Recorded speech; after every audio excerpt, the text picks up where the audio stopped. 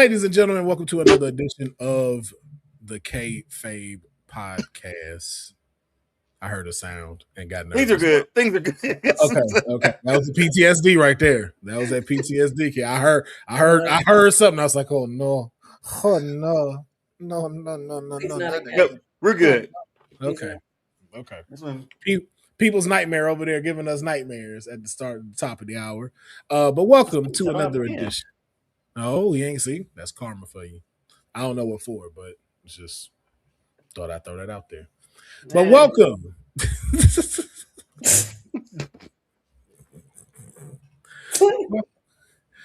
Welcome to another edition of the Kayfabe podcast.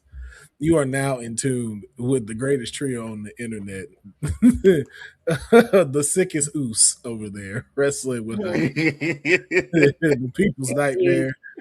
And the councilman himself is here, man. And we got a packed show for y'all because we didn't get a chance to do it last week due to technical difficulties from StreamYard, but that did not stop us from still wanting to give y'all some of the hotness that we got to talk about. We're gonna be talking about a little bit of trending news, and we got segments. Just segments. Because that's what gets the people going is segments. But I do have a PSA that I do have to give. This goes out to anybody who uses social media. And I've been going back and forth on whether or not I wanted to say it very politically, whether I wanted to be inspiring, or whether I just wanted to be very ratchet, or if I wanted to talk as Macho Man while I do it. I don't want to do the Macho Man because I don't think it'll get the point very much across. But let me just say this. People, please remember that you are human beings, okay? And please understand that most of y'all opinions don't matter when it comes to folks that create wrestling content. Now, despite what you think about them, if you want to believe that, hey, because of this they got here, or because this, or you think that they took an easy route to get here, or you feel like they shouldn't be here because of what's between their legs, or because you think this person did this. I don't give a fuck what your thought process is. If you've never had the courage to put a camera in front of you and put your personality out for something that you absolutely love and want to put out into the world and build a community around it and put your time, your blood, your sweat, and your efforts in there, I would suggest that you shut the fuck up. Now, you can have an opinion when it comes to wrestling. We can agree, we can disagree, we can even shoot the shit, we can talk a little trash to a certain extent.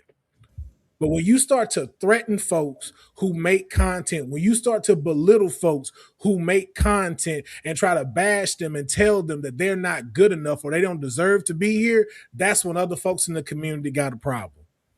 So I'm going to call it out on this platform. I don't speak for Honey. I don't speak for Dion. I speak for Will Pharaoh, a.k.a. your councilman. So if you got an issue with it, please jump into the comments. I'll take that heat on. But we at this podcast, we stand for our folks that make content. We stand for our folks who take time out of their busy lives, out of their schedules, trying to survive, especially the crazy world that we live in, to provide you with entertainment. And to all those that are doing it, to all those that have to pivot, try to figure out how to keep going to do the stuff that you love, by all means, just know you are seen, you are heard, and we are proud of you, and we support you.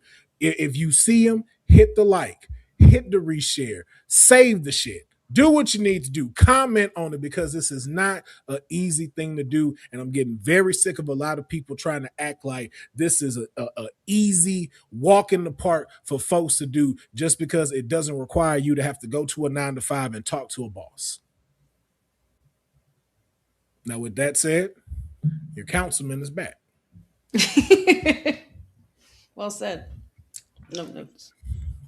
Thank you. I just be wanting to get that out. I get it. Something else we got to get out is a SmackDown preview. We finally got some previews going on here for Friday Night SmackDown, and you don't have to watch it alone.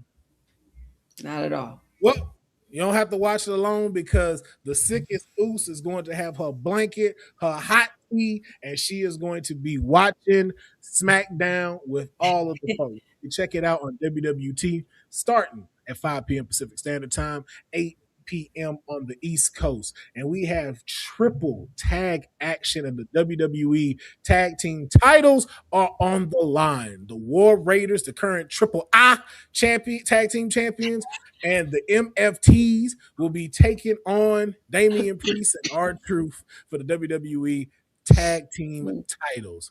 We also have the women's United States title on the line. My client, the Tiffy Time Master herself, Tiffany Stratton, will be defending her title against Fatal Influence JC Jane. Now, listen here, man. This is not nothing to take lightly. JC Jane has been taking people out literally. She may be the new hit woman. If we just go be honest. Jace, the hit woman. Jane. We'll find a way to make it work. We'll figure it out. But yes, but that's not all the gold that we have on the line.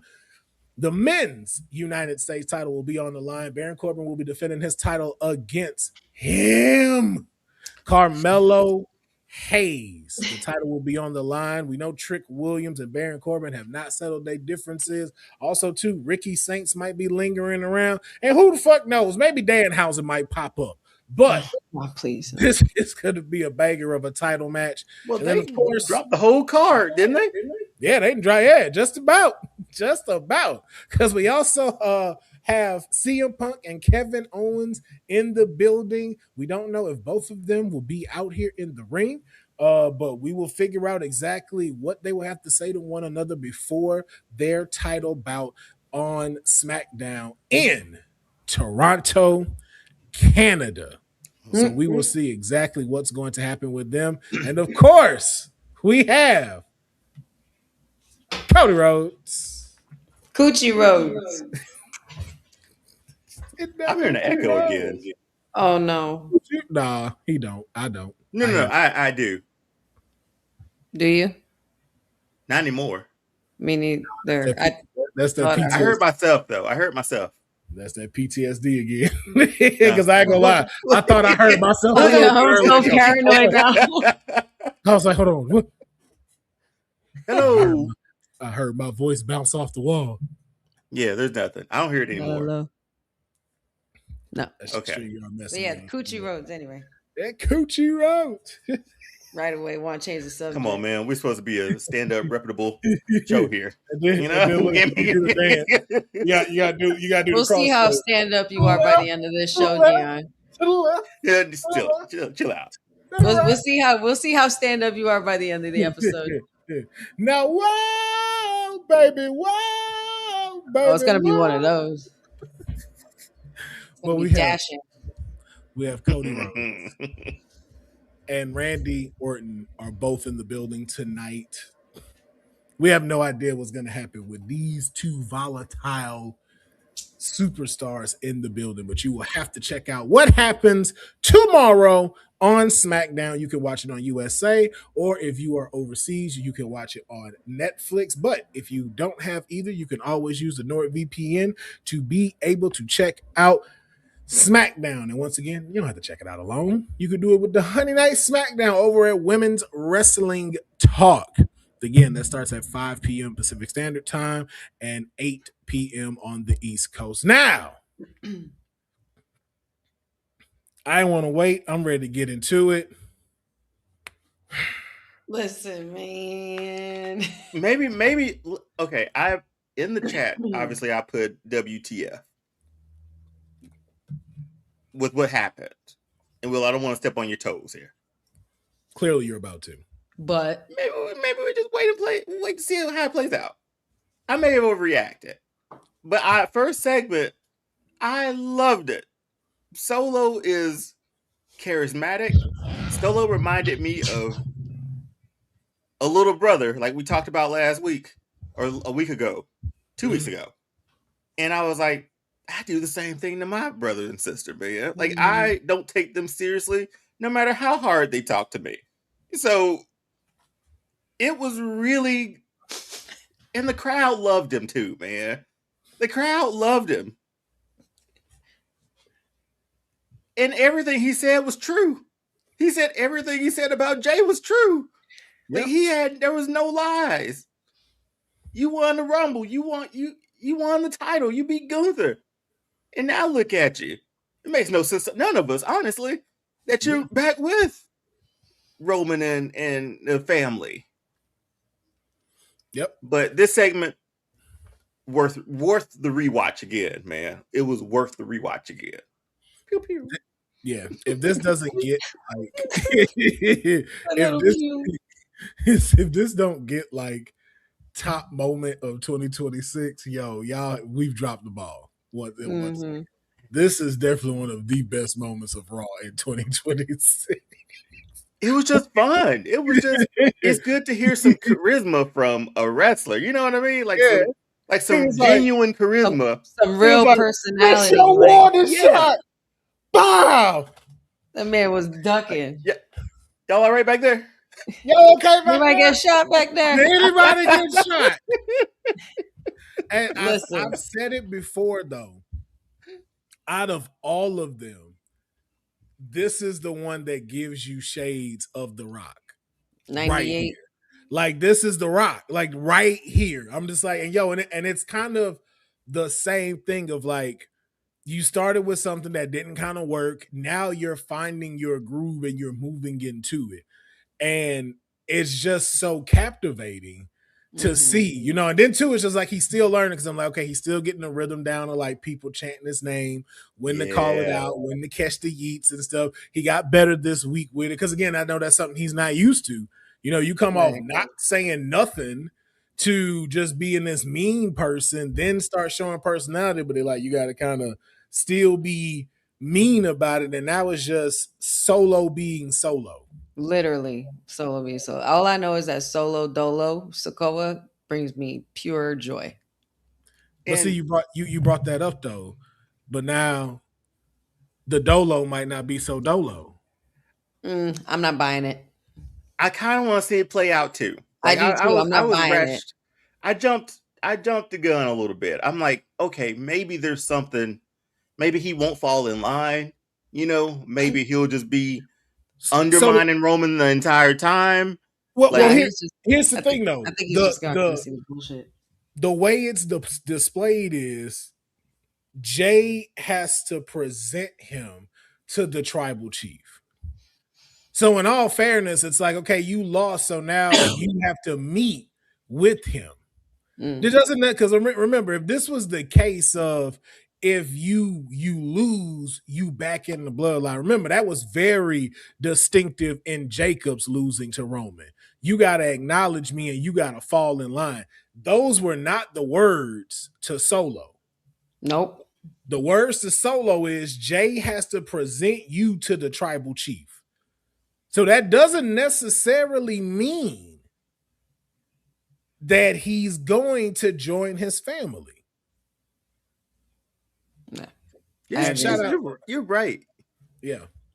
And I just want to give a quick shout out to Courtney for hopping into the chat. Make sure you check out the PR Princess as well over on WWT right now. She is about to do the watch along for TNA. They are still going with the women's Knockouts TV Championship tournament, as well as Jeff Hardy will be taking on Nick Nemeth for the TNA World title. And also too, though, if you want to keep watching this and you also want to see some great matches, we also know that main event is also about to be starting tonight, and you get to see Jada Parker take on Lyra Valkyria, and you can watch that on YouTube. So I would say if you got a little time, you got 2 screens, keep checking out the Kayfabe podcast, check out the TNA watch along, and also check out main events when it starts. But now, Dion, you said you had some more thoughts on this. Yeah, I don't fully. I jumped it because once it happened, I'm like, come on, man. We saw how the show opened. You got a superstar here, man. What are you doing? Put him back in this group that we don't want anymore. Well, okay, I won't say we. That I don't want anymore. We don't want. Because they're acting like Solo came off as the babyface now. And Jimmy and Jay are back to heels. The Bloodline is a heel faction. Let's be honest, man. It is. It will forever be one. Even the way they were acting after, no one won. I mean, like I've asked many a times, even in the chat, how is this helping anybody but Roman? Because you Is got a it helping superstar. Roman? I don't know, because you got a former world heavyweight champion right there who just main evented Raw and is back to being the right hand man. Solo was out on his own doing this. Jacob was we had broken up enough to be like, hey, find your own lane from here on out. You don't see that that's what we're doing? That's what they're doing. This is what we're doing? You got the MFTs on one side, then you got this Bloodline. But with the Solo thing, I think I just want to see it played out a little bit more. I'm not ready to give up that we'll never see Solo Dolo again. Like, we better. He's not going nowhere. But we know, like, you take a little time to deviate somebody, especially who's just starting to get this, then what? Because that's the question. Yeah, because that's the thing. Like, Jay really got his legs cut from under him. Whew. Jacob the same way too. Like, Jacob was becoming a breakout star. Now he's just a hit for hire with them, and then just calling, Jay a punk ass each week. He's still getting matches, but it's just like, like, he had a trajectory. So to go from I'm fighting for the world heavyweight title to I come out and beat up my longtime friends and take them out of commission and move when the tribal chief tell me to move, it's like, okay, what's the payoff of this to the alternative of just letting them all be on their own, forging their own path? That should have been the purpose after it broke up. That was we were doing that, Solo had MFT. We saw how that went, but we see him now coming out of that. We saw Jay. Really wish Jimmy would have went for like the United States Championship.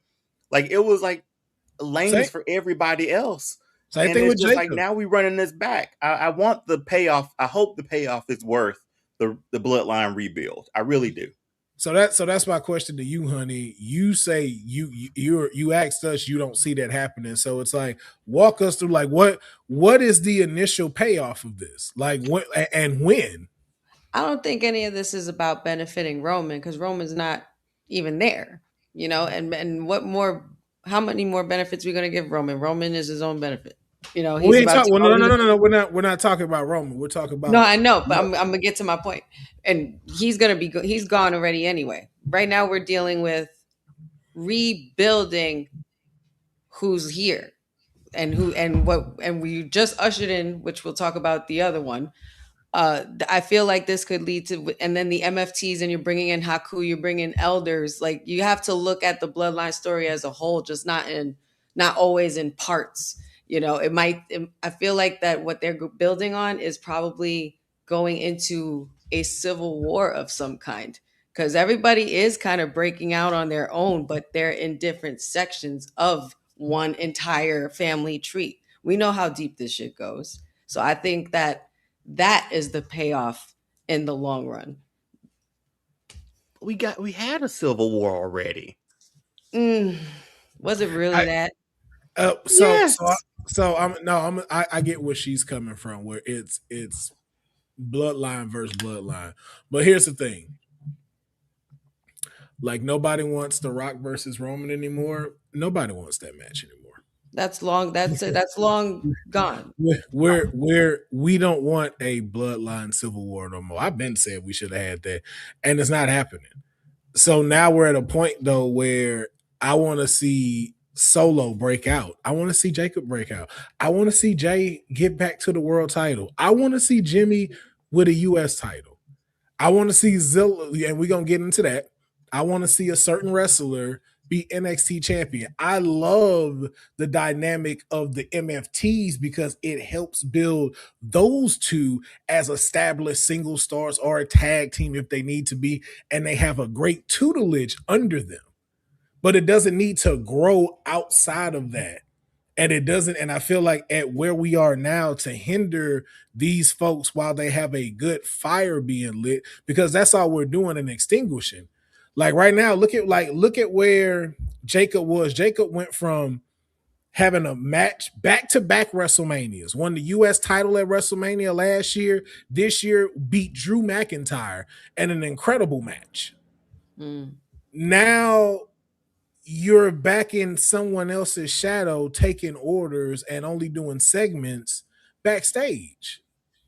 Same thing now with Solo. Solo loses the MFTs. Not only does he lose the MFTs, but he Justin Timberlakes this thing, and now everybody loves him. And not to the point of where it's because the bloodline stuff is making it stronger. It's because he's being him now. Because after he did the stuff with Penta, I can only imagine how he would approach other people that he's in rivalries with. Excuse me. Like imagine like an ego, and he's just you can't stop charisma, man, or having a personality. I don't care what happens. Like out of the lot of the bloodline that we've seen, like he on his own, he stood out. And I think we had been waiting for that too, because he had been the guy in the back saying nothing for so long. Right? So it's just but yeah, he had been in the back for so long. And then now he gets to lead his own group.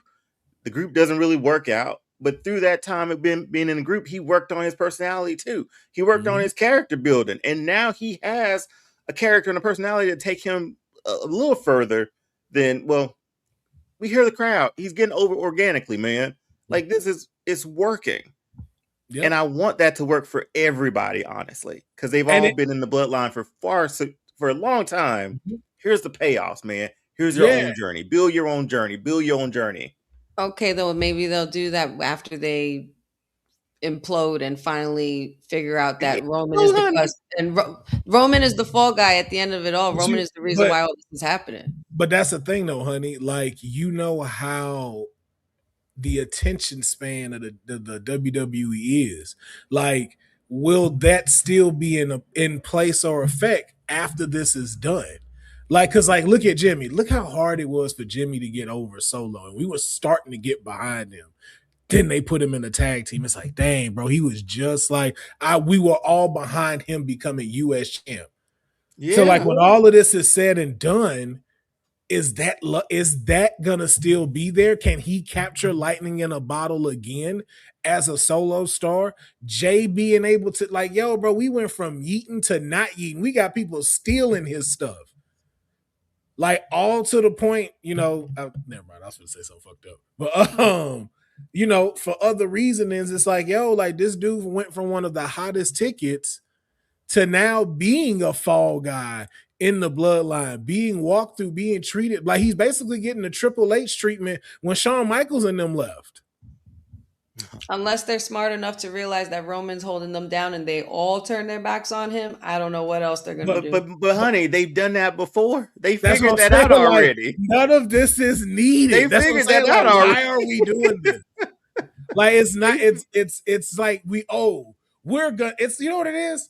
It's like they did Tobey Maguire's Spider-Man, and we're now in Andrew Garfield's Spider-Man with the bloodline. It's like, so we're doing Green Goblin again. Okay, so how is this different? Oh, okay. This time Solo talks in the group this time. Got you.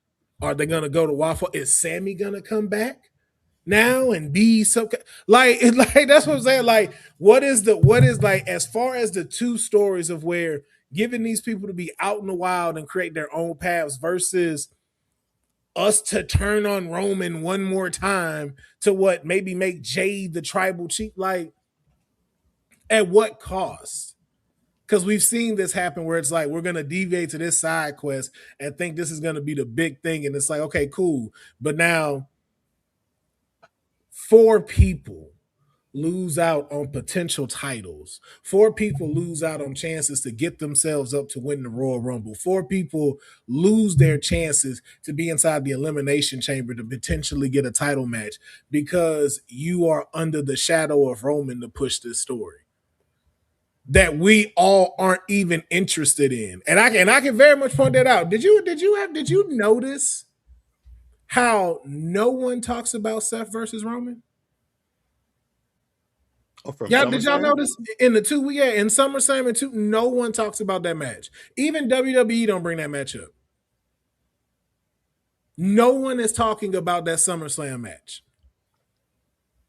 It is not Seth the hasn't been main on the show topic. since.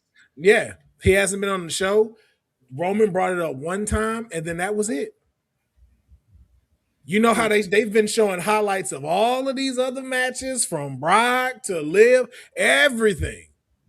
No one is talking about this Roman and Seth match. Why? Because it's over. This thing is over. The only thing we waiting for with the Bloodline is for Jay to slap the shit out of Jacob so they can have a match. That's all we worried about. If they decided we ain't doing it no more, everybody separate, we would probably all applaud.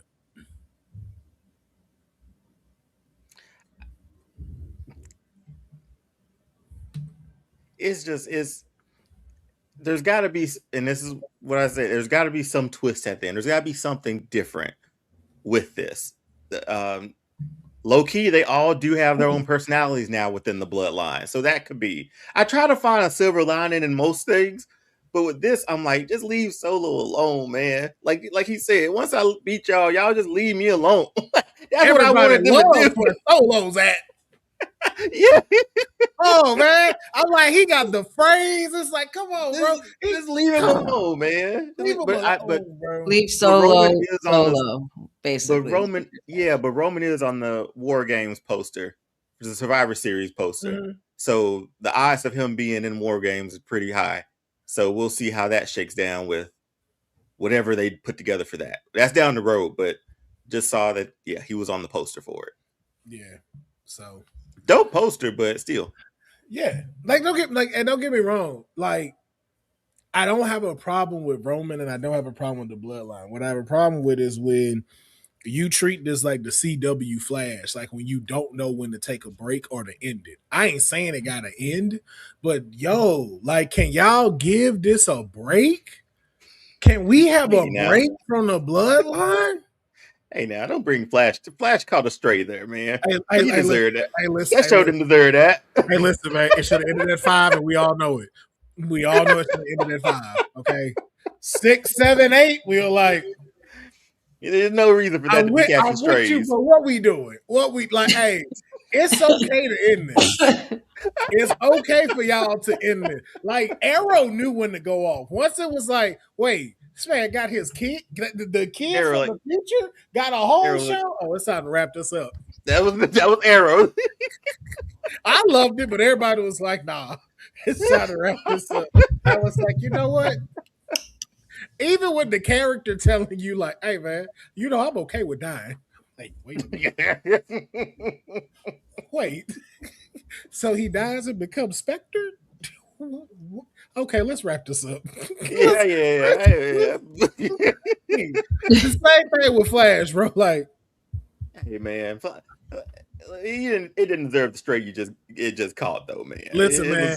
Listen, what was his dad's name? Not the dad in prison, but the one Iris's dad. Oh, Joe. Joe. When his new wife got powers, that's why I was like, all right, let's wrap this up. Let's wrap this up. Let's wrap this up. All right, let's Iris still looking around like. I was cool with her getting powers, but I was like, you know, because they didn't say it. After that, right? That was after. No, she got him first. No, she had him first. She got him first? Yeah, she got him first. I didn't remember. I thought she got him later. And then old girl discovered she had powers, and she kept leaning into him, and I'm just like, all right. Because it just be some silly shit then. It's like, all right. Yeah. I think it's time for us to wrap this up. And that's where we at with the Bloodline. It's like, when you start seeing that there's so many different things that could be going on right now with every single person here, like, yo, do you know how dope it would be to have Jimmy in the US title picture on SmackDown right now with Baron, Trick, Corbin, and Mello? Like, this would be so cool to be seeing right now. The rivalry between Jay and Roman, to where, yo, either you gonna burn up in this fire or you gonna learn how to walk through it. We right there. Solo just having a great rivalry with somebody. It's right there to be able to build up. But instead, now it's segments to where they're bunched up together to get hoping to get a spot, and then each week it's like, oh, no, you're gonna get a match. No, next week no, you're gonna get a match. You're gonna show LA Knight what's what. It's like all right, like what's happening? It's like y'all try to figure out what episode to come out with on this sitcom, and it's just like, yo, can we cancel this? Nobody wants to cancel this. Yeah, man. I mean, Roman's got the title on lock probably for the next however months, right? Yeah. So there's got to be some other type of stakes, I guess, within the show, and I guess this was one of them for this week. Because, like I said, he got that title locked up for a while. So we'll see. I guess so, man. I guess some folks like what's going on. So there's that. People love the tribal chief somehow, man. Speaking more of the tribal chief. Yeah. No Ulafala getting put on for this segment. Oh, okay, got you. To catch y'all up, LA Knight came out, got a way bigger pop than Roman. And at first I thought that crowd last week, and I thought that crowd was just not gonna be a good crowd, but obviously they popping who they want to pop for. Say something about Roman. Just throwing it out there. Roman has also said and put the order out that he cannot be touched by the bloodline. So the question that I have, on a scale of 1 to 10, the chances that we see LA Knight as the world heavyweight champion. Win. By win. Give me the win. So give me when it should happen. And then give me your 1 out of 10 that of if it does get there and it happens. We're in August right now. Just to let you know. So we still got Money in the Bank to go. We still got Survivor Series, possibly a crown jewel. Another Sunday night main event or Saturday night. They be flipping now. It's on Sunday here in Atlanta, I think. Okay, yeah. Mm-hmm. So we got Sunday night main event. Then we have the New Year because they don't do anything in December. We go into the Royal Rumble, which will be in Arizona. God, man. Take your time. You ain't got to answer fast. I'm very curious. But I feel like everything LA Knight's been through, a Rumble win would be fantastic. Like, I feel like that would be. Like winning the Rumble or winning the belt at the Rumble? You know me, man. I like storybook endings. I like a good story, No.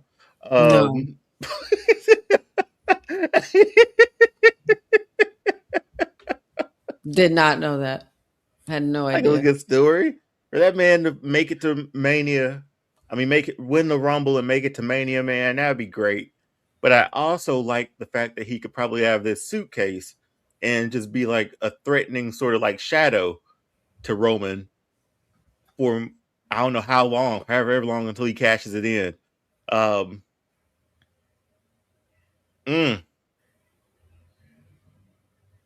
Oba and Braun out there too, man. But this is LA Knight. I'm thinking about LA Knight. yeah, but those are things that definitely factor in your answer.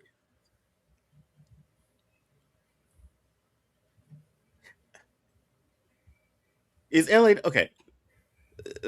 Follow-up question: Is LA Knight's win for a title WrestleMania worthy? Like WrestleMania big? Like he gets the title. That's something you gotta is it WrestleMania or like if he got it at a crown jewel? Does it? You tell us. This your answer. If you believe it, you got to paint the picture for us. You asked us to give you your answer now.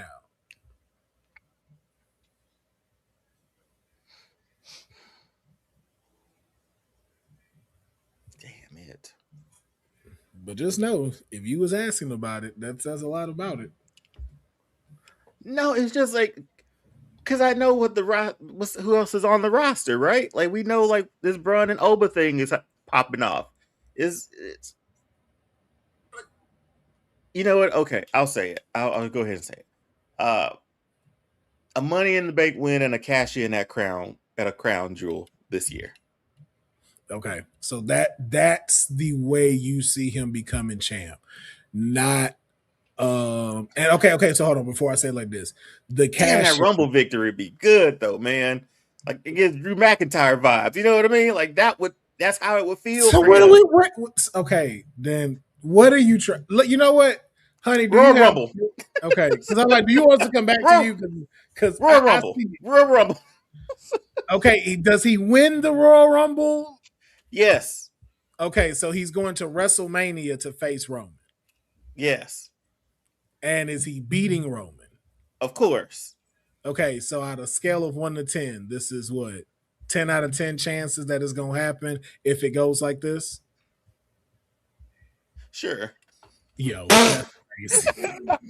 This is the man you've been riding for this whole year so Right. far, and you don't even They've believe. just been. If They've there just was been. any time for you to throw all the delusion We out, can't even believe you don't This even is what believe it's in your done guy. to me.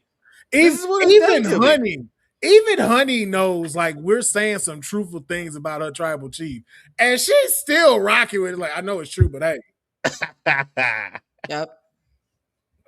I like him y'all moving right. with the But once again, I'll go Yeah. get That's Stephanie. You gotta do that one. I don't want nobody to see my fingerprint. Once I found out like they can get your fingerprints from you doing this on the camera live, I was like, That's crazy, huh? or I just do this so y'all can't see it. I was Right. You know what you're doing. like, yeah. If I could chime in, I do have a scenario where I do see LA Knight winning Money in the Bank, holding on to it, and cashing it at a crown jewel. Only because there is history between him and Roman at Crown Jewel. It's the only one-on-one major clash that they had while Roman was doing his Tribal Chief Championship run back in 2023. So I feel like that would be fitting for LA Knight. It will be paying it forward to him. He'll get his receipt in a way where maybe he can get it from the Tribal Chief out of unexpectedly and just show up at Crown Jewel and just surprise and shock the shit out of everybody. They do love LA Knight out there too. So, I mean, I don't see why not, why something like that couldn't happen. And it's been 3 years since that clash. And look at where we are now, where he's finally able to get him. And he's saying, listen, I want what you gave Seth. And Roman's not going to give it to him that easily. You know, LA Knight he's got to get that Money in the Bank. That's going to be his key. For sure. And he's got to think strategically this time. Can't go head on the Tribal Chief. Okay. So you're saying the Money in the Bank, he gets that, cashes it in. Now the follow-up question of where does he cash it in and is he successful? So on a scale of 1 to 10 with your plan, how confident are you in it? So let's start off there. Where does he cash in? When is the cash in? Mm-hmm. You said Crown Jewel, right? No. When does he cash in? Oh, okay. I'm not sure who Tribal Chief would be dealing with, but I would either do it either during the match and make it a triple threat, but I can't stand that concept because this is what I feel like we do that with everything. I'd rather him do it after the Tribal Chief is done having a match and thinks he's finished. Credits haven't even come up yet. All of a sudden, LA Knight music hits, and it's kind of like a shock. So after Roman's match, Roman's match. Wait, I don't know who at Crown Jewel. Okay. And on a scale of 1 to 10, the chances that he holds the World Heavyweight Championship based off your scenario. I give him a lucky number 7.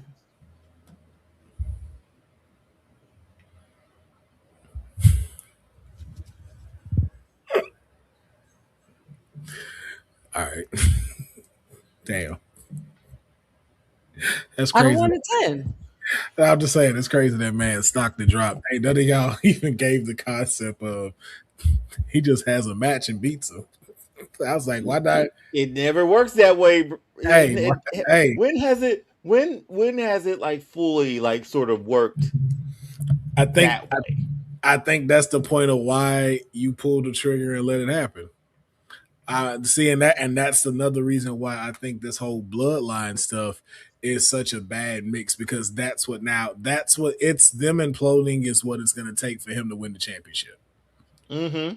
Something has to happen where Solo helps him to get it, blah blah blah blah blah, and he becomes champ. And there's your payoff, Dion. You get your justice. I just want him with it, man. Like by hook or crook, I don't care. Like just me, since I don't know there's a crown jewel though, give me Money in the Bank, and he wins. Not winning Money in the Bank, a match at Money in the Bank, and it's another miracle in New Orleans.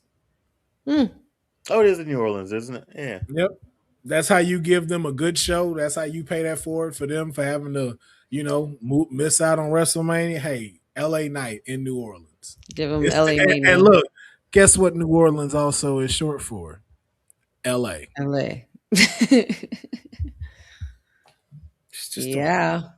Just throwing that out there. That'd be a dope T-shirt. Come on, man. I'm saying. Like New Orleans colors. Yep. Yeah. That man come out with now a purple vest. Little purple, little green, and a little yellow. Yeah, man. Yeah. Wearing some beads in the band. No. Just colorway, honey. Not too much. So you trying to trick Williams, this guy. We not having it. Oh, okay. We just want the color. We just want the colors. We don't need the beads. Okay. Although, too, once you said trick, I'm like, okay. I would love a Danhausen segment at Money in the Bank, though. I know people getting tired of them, but hey. You better not climb that ladder and get that briefcase. I want a Danhausen float at Mighty Gras.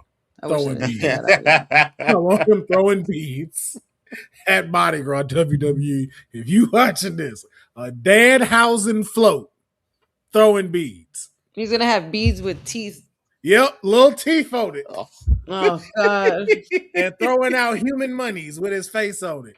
I want all of that. I need all of that, man. Yeah, give me the Danhausen float rolling around New Orleans. That's what I need. I guess it would work. It would work. It would. But now we had this dummy. This story. I'm sorry. No. This because this is your story that you brought up. So what I missed. Oh, I did bring this up last week, didn't I? Yeah, man. What I missed. I missed out. Yeah, Comrade Thompson had some like pretty interesting comments on Roman. Bless you. Thank you. Sorry. And he pretty much it felt like he cut a heel promo on him. You know what I mean? Mm-hmm. I'm pulling in my notes. I forgot we were doing that one. Here we go.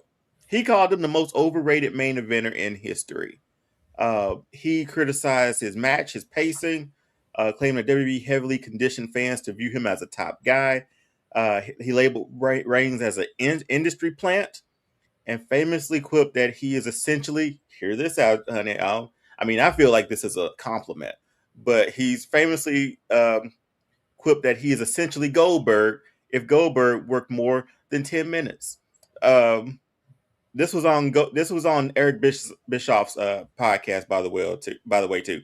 He said that he was bored by Roman Reigns, and what else did he say? He just pretty much said Roman Reigns was overrated. He doesn't deserve where he is. He got booed out of the building when they tried to shove him down our throats years ago.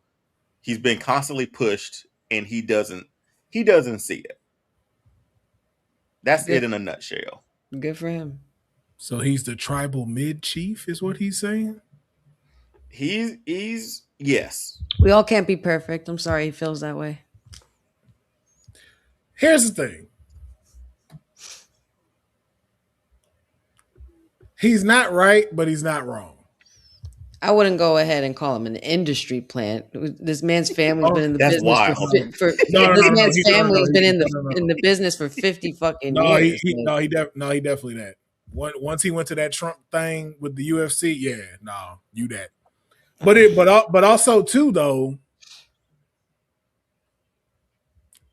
it's all in how you look at it when it comes to that. Like, of course, you're gonna be that if your family has been into the business all this time. Yes, you're gonna be about the business. There's a lot of people that do that stuff, but it's like I don't know if industry plan is the right word for him to be using with that stuff. Because then, like, you could say that the same thing about John Cena, but it's like if you're doing this for the betterment of the company, and hopefully this is to open the door for more people, which it has, because Jacob, Zilla, uh, Solo, Yeah.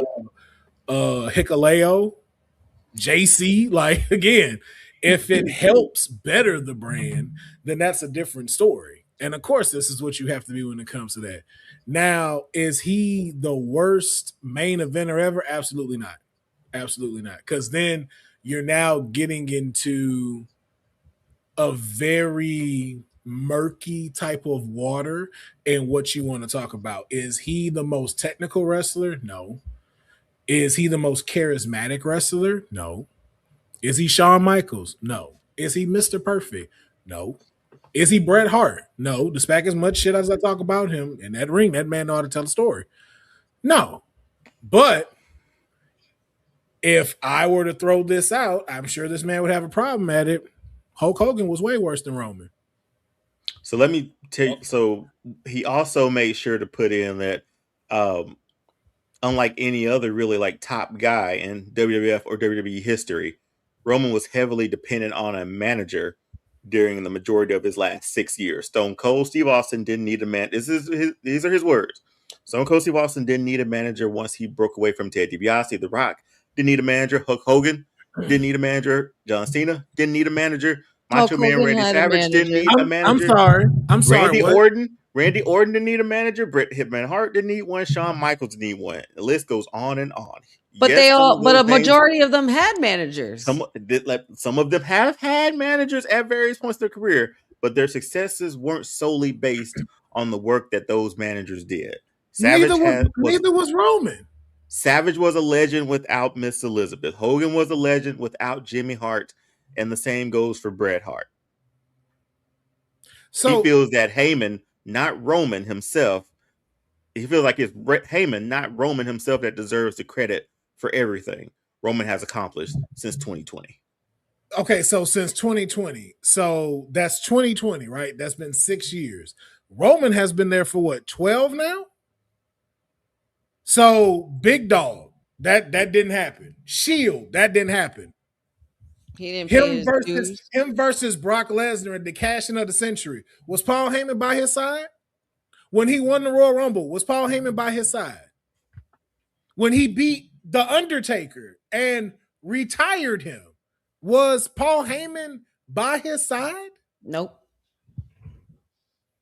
Yo, man, I don't know who dick you on so hard with giving out these shitty facts. That's why I'm understanding why half these people get a chance to be on podcasts with Eric Bischoff and other folks to have platforms to say stupid shit like this. Hulk Hogan had managers, multiple managers. Right. And for you to say that, then that means not only are you going to disrespect Roman, you're going to disrespect Andre the Giant. Because didn't he have a manager most of his time? That means you're disrespecting Vader. Because didn't Vader have a manager most of the time when he was in WWE? Mm-hmm. So how many people are you now going to disrespect? And then two, so the fuck what? If you got Paul Heyman and you not a success, that tell you something about you. Because trust me, we've seen Paul get with folks and it don't work. Right. So it's not just Paul gracing this wrestler with the knowledge and the pool that he has. That wrestler also has to keep up. And like I said, Roman is not the flashiest one. He doesn't make all the best moves, but definitely have I not sat here and been like, all right, bro, y'all got to wrap this up. Let's wrap it. But Roman was the guy during one of the most profitable times in wrestling too.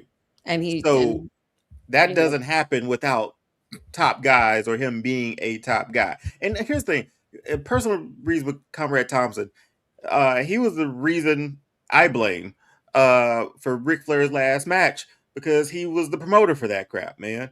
If he's willing to if he's willing to do that and we saw that last match with Ric Flair, yeah, I never trust this guy as far as I could throw a 10-ton banana.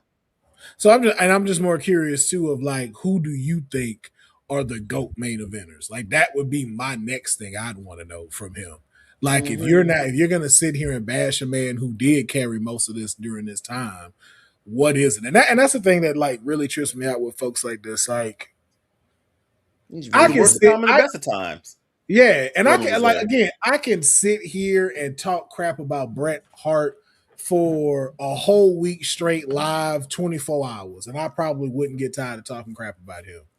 But now, if you were to ask me of like, yo, well, do you really think he was not that great in the ring? Like, yo, I'm not going to sit here and lie to you. I'm doing this because this is what the character is talking crap about.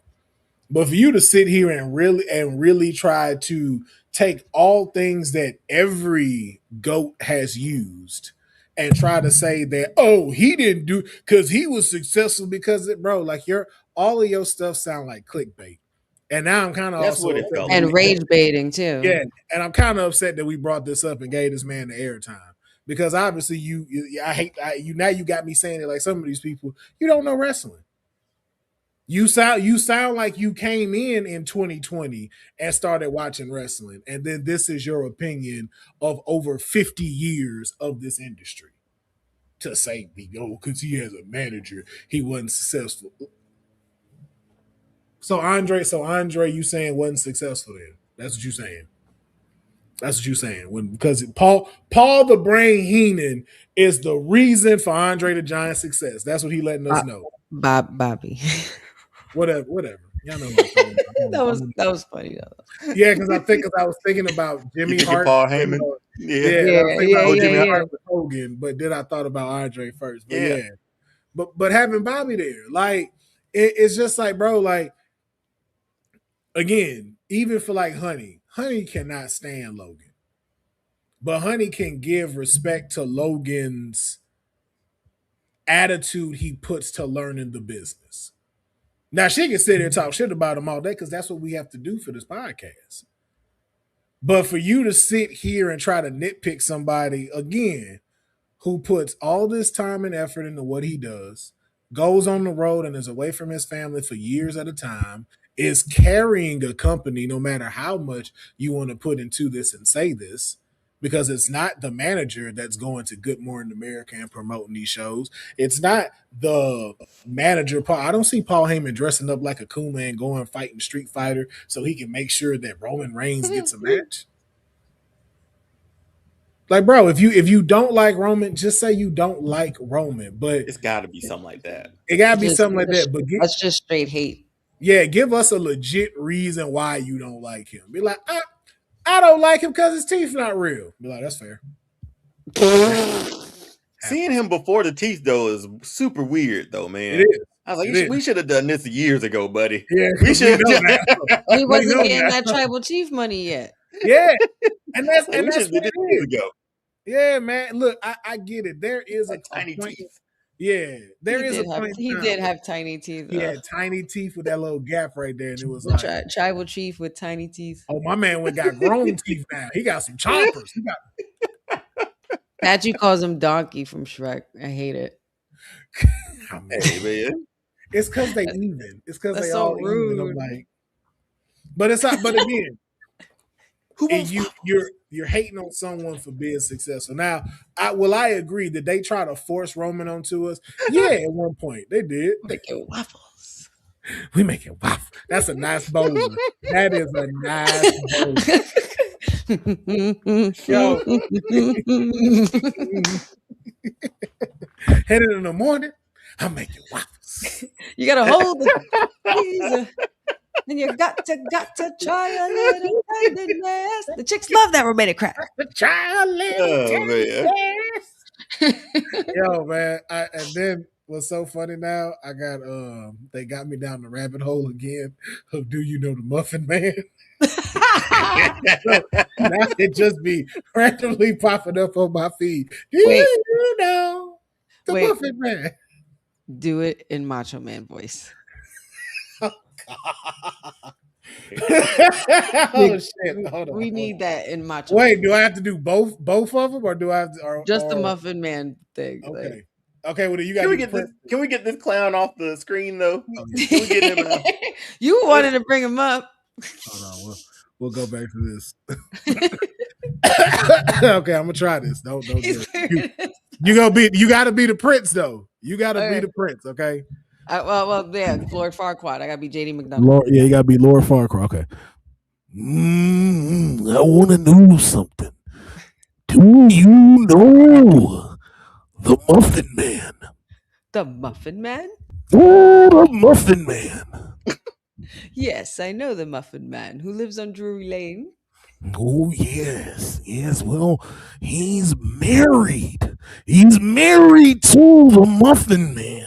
The Muffin Man? Oh, the Muffin Man. Oh, yeah.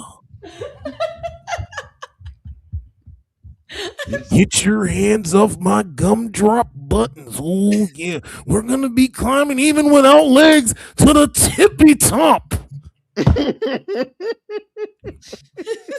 And after that, even without legs, I'm joining Donkey for some waffles.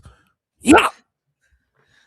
Looking at some boulders. Yeah. Looking at some boulders with a cup of coffee in the big time.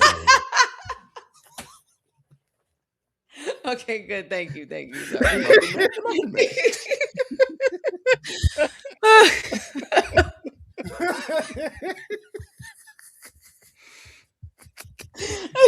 The gingerbread is the cream of the crop.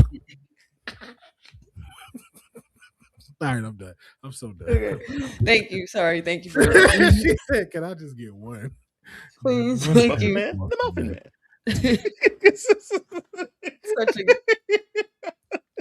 Such a great exchange. Like that's such a great dialogue.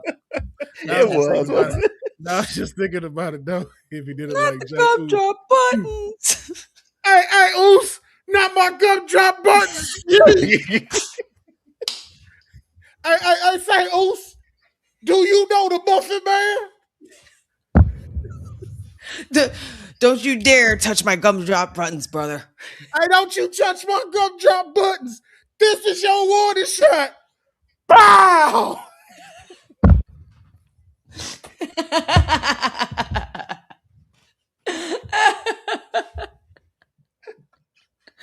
Hey. He said, hey. Well, that's how he starts.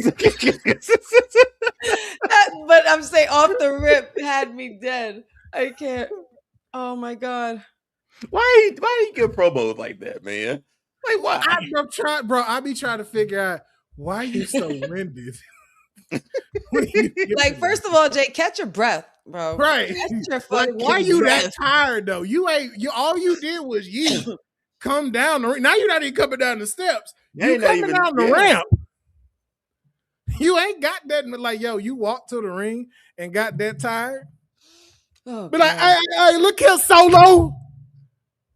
I done tried to tell you one time and one time only. The tribal chief. The pitch. Want you in the family. It's perfect, man. Yeah. Well, clip that, StreamYard. Clip it. Clip all of that. Oh my God, bro. Oh God. Oh. Speaking of the bloodline. There's more of them. There's more of them. We knew this, though. We knew this one. They're coming out of the woodwork, Dion. This past Tuesday, we had a number one contenders match for the NXT title against Grayson Waller and Mike Santana. I know he got another name. I don't care. Cruz Montana. Cruz Montana, man. Hey, again, it'll come around to me. But we had an unexpected surprise. And man, he's here. Mm-hmm. Yes. Zilla Fatu is in the WWE. Mm-hmm. And he made a splash, literally and figuratively. Because he Uso splashed the shit out of Cruz Montana and Grayson Waller. So let's start with Honey, because this isn't still in Bloodline Realms' first thoughts on Zilla Vatu being in the WWE? So happy. So happy. We've only, I mean, all of us collectively in different spaces, we've all been mentioning his name for years. I was very excited. I think this is exactly what the NXT men's division needs. Mm-hmm. That was the cleanest slide-in I've ever seen. And that little lock-in shimmy, that boy was feeling it and was ready for this moment. And man, what a crazy pop from the audience. It was just so cool. I screamed. I didn't care. Patchy was like, shh. I was like, I don't care. Fuck these neighbors. They're going to hear all of this. I was so elated, so excited, so glad he's here. Can't wait to see what we do. And glad they kept his name. Yes, indeed. Excuse me. Dion, your thoughts? Yeah, man. Definitely, I agree with Honey. Definitely what the NXT men's roster needed. Like that was an injection into the vein with him. It makes it interesting to see like the top contenders for the title now, especially seeing how Grayson Waller went back to NXT just to run into another Bloodline member. So it's kind of wild, man. But it's NXT needed it. The men's division needed it. They needed some chaos. They needed to rattle some cages, and he was the perfect person to bring in for this time. Because had he been in like Booker T's promotion for a while? Like where was he before? Oh yeah, was he still with Row? Yeah, House so he's of Glory still and Fourth Rope. Mm-hmm. Yeah, Fourth Rope, House of Glory, and as well as Reality Wrestling. So yeah, okay. I don't know if he's still champ. I do remember him being champ at ROW, but he may have dropped the belt to somebody already. I know he Amazing did. Red. Yeah, I think so. He did give up the Hog Championship. I think 2 weeks ago, or no, I think this past 2 weeks ago. At one of their tapings, I believe here in Los Angeles, actually, and he is still currently the Fourth Rope champion. Now, I also Fourth Rope has also been in a partnership with TNA, so we've had like Enzo Amore there with the actual I keep forgetting what that title is called. I know it's the Fourth Rope something championship, but it has like dollar signs on it. I just didn't want to call it the $1 million title. I know it's not that, but he was there with that belt on TNA. So I know there will be somewhat of an overlap when it comes there. And then also, too, if they are participating with Fourth Rope, possibly at NXT, that could be huge for them. That's big. Yeah. And it is the Fourth Rope Flyweight Championship that he's currently holding. Yeah. See, I knew it didn't have nothing to do with money on there, but just it looks like dollar signs on them. But I knew it didn't have that name in it. But Fourth Rope. I think this is good. Now the question is though, I said he belonged in NXT. Honey had a difference of opinion. Wanted him to go straight up. Dion, you were right. Dion didn't care. Oh yeah, your councilman is always looking at the big picture. I don't know if I didn't care. I mean, he didn't know him like that, so it's like, all right, like I'll see what he do when he get here. Like you don't like Zilla. Like we know, like you have a particular product that you watch because you only got so much time to be able to ingest wrestling. Like we get it. It's like, yo, let me see what he does when he's over here. Yeah, right, exactly. I'll start grading now. Yeah, exactly. Which is fair. That's fair. So again, you don't have a real basis of opinion to give of where you go. It's just like, yo, let me see what you do when you get here. Yeah. But I want to know, do you automatically crown him NXT champ? Ooh. The charisma is there. We know he could carry a title. We know he could get on the mic. And you bring him in like this too. But then Cruz just got there. Grayson got back. Mm-hmm. You still got Tony D. But we're looking at who's the current champion. It's Tony D. And Tony D's lifespan and run being champ hasn't really been that great, has it? So here's my thing with this. This actually really gives a chance for Tony D's stock to go up if he plays this right. Because the problem that they've had with Tony D is you don't put Tony D on television enough. and you don't let him talk on the mic enough or really have any type of matches like you should. Like right now, you at least got 4 hard hitters that you can make 5-star matches with for Tony D as champ. Like this right now, like the 3 people that are in this image could give barn burners of matches in a PLE against Tony, where you actually give Tony a stock in what he's doing.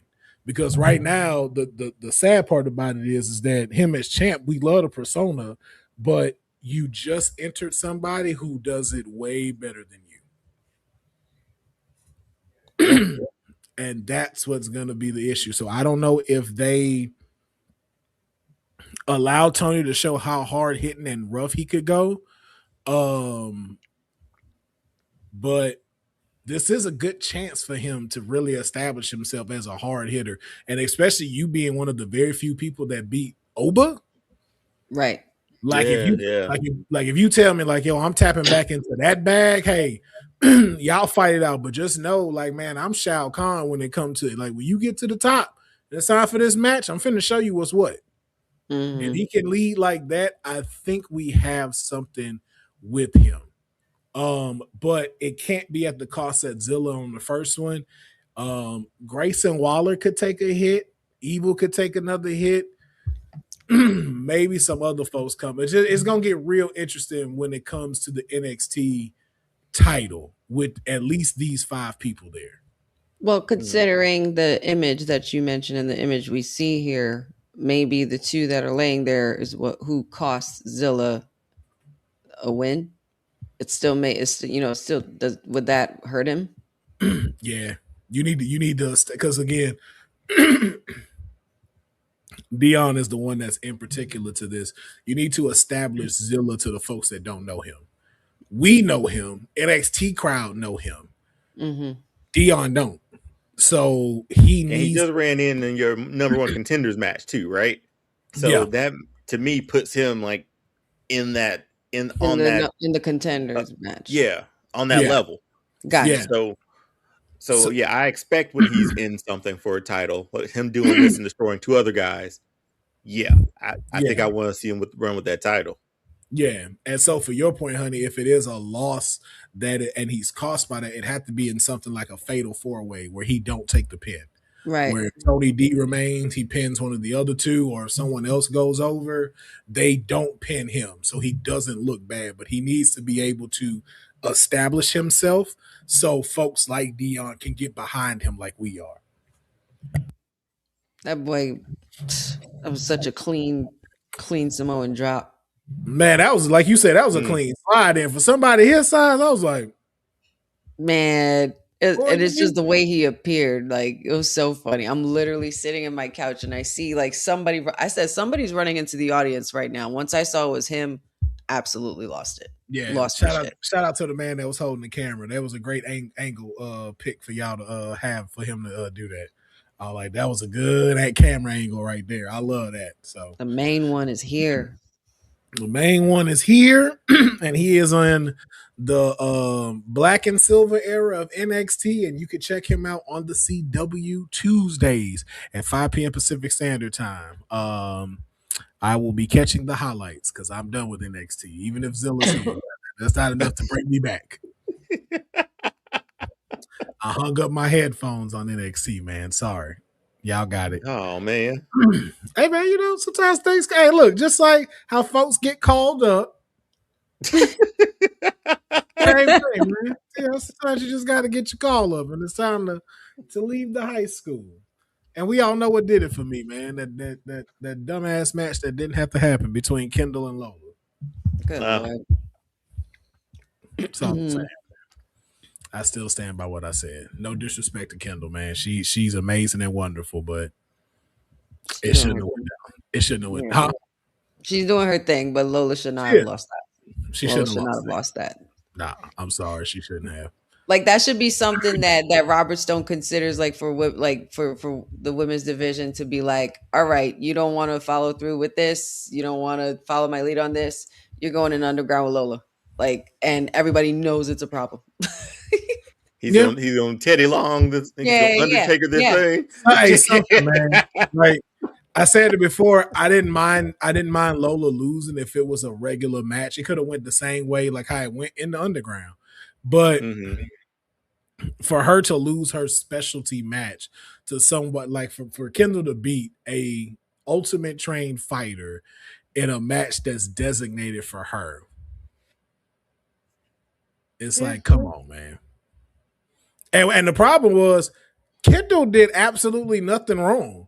Like she did just what she sold everything. She told a bold story, but it was just like, again, this is not the match type for this to take place. That's understandable. Yeah, and then the fact of clearly watching Lola hold back in this match. Clearly watching her go like, yo, she cannot keep up with her in this. Because this ain't a wrestling match. This is basically a UFC fight. There were so many times I was just like, yo, Lola could have been into this. Lola could like when there were a couple of times she had her down and was like, so no hammer fist right here? Like, nope. And it's over. Like, what happened to that? Right.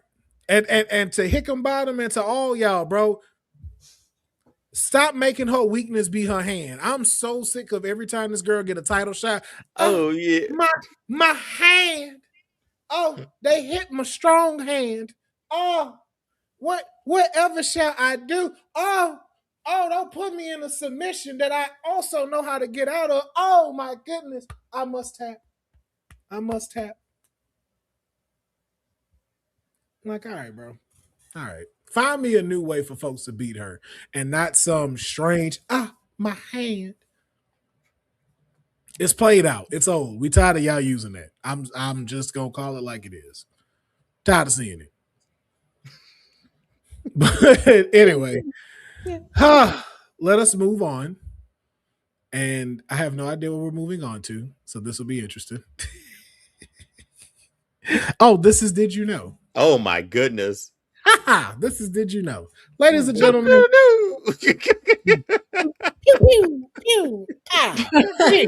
Next segment. We are jumping into Did You Know, man? One of Dion's new favorite segments, and it seems like a lot of y'all also too enjoyed it. So we're jumping into some Did You Knows, and then we're going to move into a One Has to Go, and that is going to be featured from Dion as well as some Blind 5, and then we're going to move into Kayfabe Unreal. So I'm gonna go through these pretty quickly.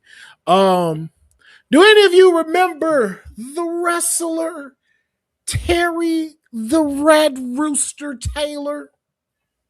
Terry Taylor, of course. Unfortunately. That was quite the gimmick, man. That was quite the thing to give that guy. Yeah. That was like a rib, man. It felt like they had to be putting a prank on him or something. They had to. Because he had WCW before that. He was kind of dope in WCW before that, but then that's happened. Man got feathers floating behind. Man, the Red Rooster. It's the Red Rooster. But did you know that the Red Rooster would have potentially had another gimmick? What gimmick? I was getting to it, honey. Sorry. Like I thought you were waiting for like the rebuttal. Like, was he the gooker? Could he have been the gooker? Who is it? I was like, I didn't even finish the bit for you to put your stuff right there. Oh, sorry. I didn't know. No. So, what could have been if he would have been given the original gimmick they had for him, which was Mr. Perfect. Wow. We say that now because we know Kurt Hennig and how perfect he was for that. He literally, unintended. But I'm telling you, Terry Taylor before in WCW, he could have. It might have worked. It definitely might have worked. So no, it would have worked. It would have worked. A lot of people still speak to it that it could have went. But what one match will do to change and tip the balance of what changed pretty much everything for both of these wrestlers. So both Kurt Hennig and Taylor had a match at WrestleFest long ways back with Hennig booked to go over, but the officials were more interested in how each man came across in the match than the worked result. So because Hennig had a edge over being a little bit more arrogant and a little bit more cocky during this match, it was the push that he needed for them to go, hey, we think because of the way he was acting in this match, he should get the Mr. Perfect gimmick. Ooh. So potentially, had Hennig had an off day and Taylor came over as a bit more of a a-hole heel, it'd have been Taylor, Terry Mr. Perfect Taylor, rather than the Red Rooster. Like in an Elseworld sort of situation, I'm trying to imagine that where it either switched or he was Mr. Perfect. It could have worked, but man, Monday morning quarterback in this thing, the right guy got it. The right I was guy gonna got say, but hold on. So just imagine if Terry Taylor was the one doing those. It's still there. But does it come off as, man, Mr. Perfect's a Hall of Fame character too. Yeah. Like, that's a Hall of Famer. So here's the question though. Did the character do it or did the person do it? And the reason why I asked that was if he was just Kurt Hennig, would he still have pulled off what he pulled off?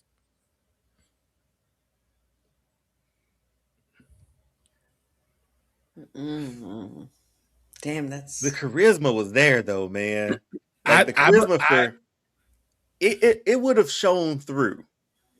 Mr. Perfect giving him that gimmick, it obviously helped a lot. But you need a person who can sell that gimmick too. And Kurt sold it with a smile on his face, like he just threw the ball the and vignette ran down and caught it himself. You know what I mean? Like yeah, I do this. Like yeah. or throwing the basketball in the net behind, like, you know what I mean? Like, true. But again, too, though, the gum smacking and the, you know, they said he actually made those behind the back shots, by the way, all the time. So again, I'm saying though, if you didn't have the Mr. Perfect name, would it still go over as just Kurt Hennig?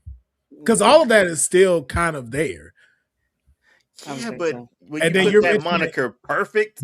But you're also mentioning the vignettes and not mentioning the wrestling prowess. The Perfect did not have anything to do with what he could do in the ring. No, not at all.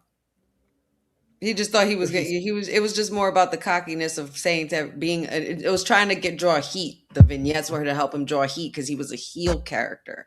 Right. I feel like maybe if Terry Taylor got a hold of Mr. Perfect, it probably would have been more of a babyface character. For some reason, it would have been like a polar opposite of who Kurt Hennig made Mr. Perfect into. But yeah. Oh, it's something that's a fun thought, though, man. That is cool, though. Because that's a cool gimmick swap thing right there. Like, that's basically what we're kind of talking. Could Kurt have made the Red Rooster work? Absolutely not. I think Mr. No, he made Rap His Crap work in WCW. Yeah, do we remember this? But if you got that and then the Red Rooster, we'd have definitely got a Dark Side of the Ring episode of Mr. Perfect. For sure. Very sooner. The tragic fall of Kurt Hennig. That would have been like Shockmaster type shit. Also, hey man, he didn't get out the gate. Right. Literally. Yeah, literally. I do have a thought to also throw in there while we talking about this. Imagine, and I said this, and I don't want to fully throw this all the way on him, but I am going to do that. Imagine all of the wrestlers that would still be alive if Hulk Hogan never snitched about a union. I just want y'all to think about that. I've been watching Dark Side of the Ring a lot, and I was you are in deep if you're asking us that right now. It's like, yeah. Because I thought about it, and I was like, all of these people have like the same issues every time with these, with like when they talked about stuff. It was like having to wrestle too much, the wear and tear on their bodies, getting put on pain prescription pills, the brutality of the male ego. And it was just like, yo, like I think about it and I look at it, like especially watching like Bam Bam Bigelow's one, like these cats don't have pensions. Like there's no retirement fund for when they leave. Mm. So it was just like, yo, like imagine where a union would be today if it had been established in the 80s when Jesse Ventura mentioned it and brought this to them. And like imagine who could still be here had Hulk Hogan not been a bitch and went snitch to Vince. I blame Pasta Mania. Vince got to take some responsibility for it too. Not saying This it's all will too, because he still was the guy. He was, Wasn't AEW's gonna? Didn't the like when they started, they talked about healthcare coverage and all that stuff too. I think so. Nothing's I don't know. I want to say there's something that they have set up that they have in place. Yeah, I want to say I hope so. Yeah, because again, like Especially those boys over there. Yeah, because he like again, his people owns the Jaguars, so I don't see why that couldn't like you don't already know some of those policies that can transfer over. But I just think about that when I see like all of these guys that like the main thing that was the continued factor in all these stories were they had to keep going in order to pay the bills. Like even being hurt, couldn't take a day off. Otherwise, you weren't making any money. And I'm just like thinking about just like, yo, how sad that has to be of like, yo, you're on TV all the time with us and like you don't get to take a break. Like it's like, and the fact of like that's the belief system that was going on during those times of like, yeah, man, I can't stop. My back is in pain. Like you can feel the ridges of my back just like sliding down off of my like on my skin. It's just like, damn, if only like, yo, that union thing had worked out. Healthcare became a thing. HR became a thing, a pension. So like for these folks who can't go no more, like for a big man like Bam Bam, like, yo, bro, like your knees are done. Like you can't do it anymore. So, okay, now we need to transition you. So it's one of two ways. You can stay in the business, come to the back, start being a producer for stuff like that. If you feel like, ego-wise, that's too much for you, and not in a disrespectful way. Some folks just want to be performers and may want to walk away. Cool, but at least we have you set up in a retirement sort of way for everything that you've done. And it's kind of sad to just see like, yo, these cats who put their bodies on the line way more than any basketball star, way more than any football star or soccer star. And these people are being paid millions upon millions or taken to a medical team at the first sign of a swollen pinky. Meanwhile, there's dudes who got to have fusion spinal neck surgery and can barely get anything taken care of because they out and not getting paid. Yeah, man, because I watched the Boss Man one too, and he had gotten, I think he had gotten on painkillers too, but something happened that made him like I'm not doing this anymore. But just to see like how high of highs he went, down to WCW, low of lows, and like all like just ups and downs. His was a really good one. That didn't fit like the dark side moniker for me, because I was like I could have done like another hour of like a little bit of Boss Man, because had LJN toys, man. Like he was the guy early in his career. Yeah. And but he said something about, because I think even Nick Patrick came on and said there was a guy here in Atlanta during the time who the boys will always go to. I think that doctor actually got in trouble. Because of all that too. Yeah. So they could get easy pain prescription and pain meds and stuff too. So I guess with the wellness policy now, it's changed a little bit better for the better, maybe, or that's just to catch illegal substances. Who knows? But you would think that would evolve just like everything else, though, too.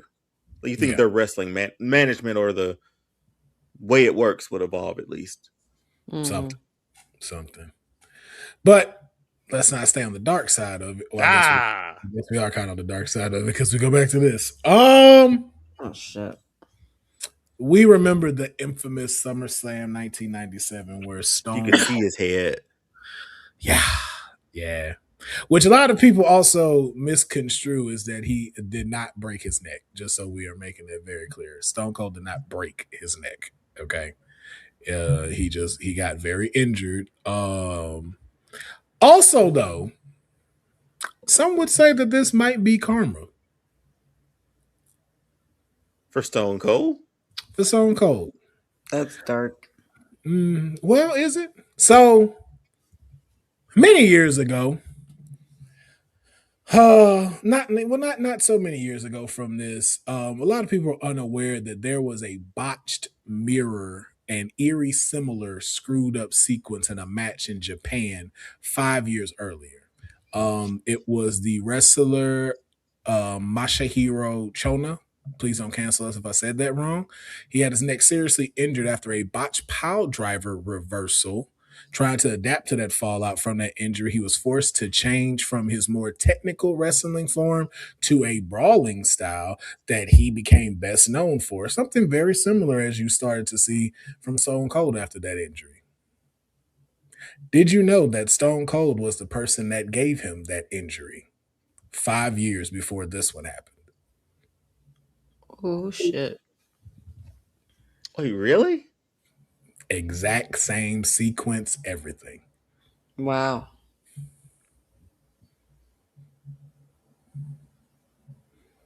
I don't know. What's crazy is that when you Eerie watch happenstance, maybe. Go ahead, Jen. Go ahead, honey. My That bad. just blew through my mind for a second. Hold on. no, because what it did blow my mind because I'm thinking about all the documentaries I've seen and heard of this story with Stone Cold, and his story has always stuck the same, but never, not once had I thought or know that that's pretty crazy. Yep. Because he never forgets to tell this story if you're talking about his journey. Mm-hmm. That's interesting. Yep.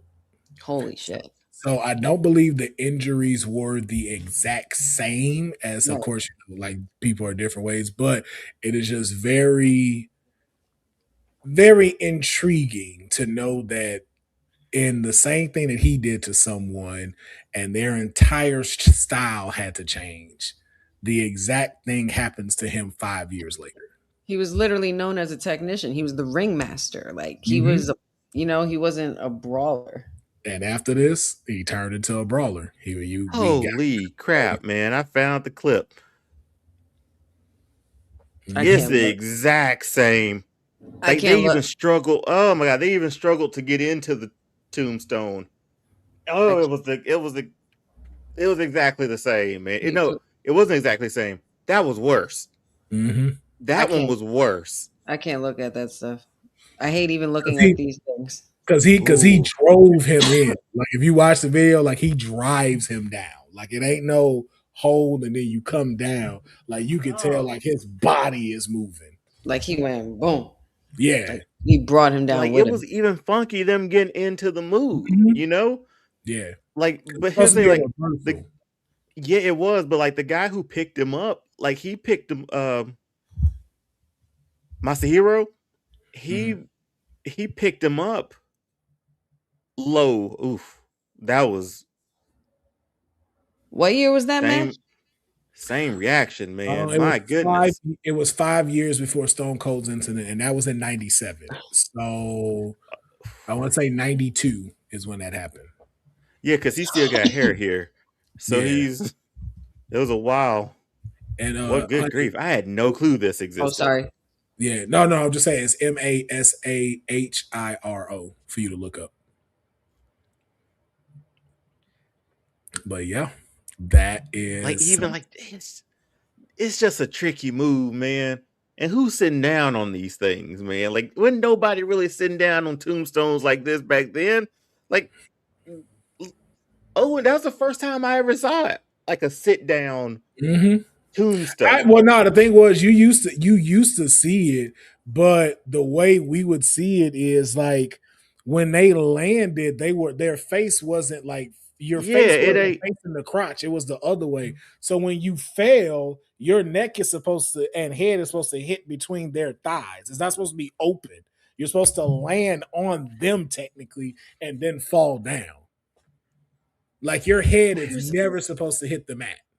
But here's such a wild thing too, man. Like, I'm sorry, I keep rewatching it. My bad, but it's like the way not Hogan, good grief, the way Stone Cold has him.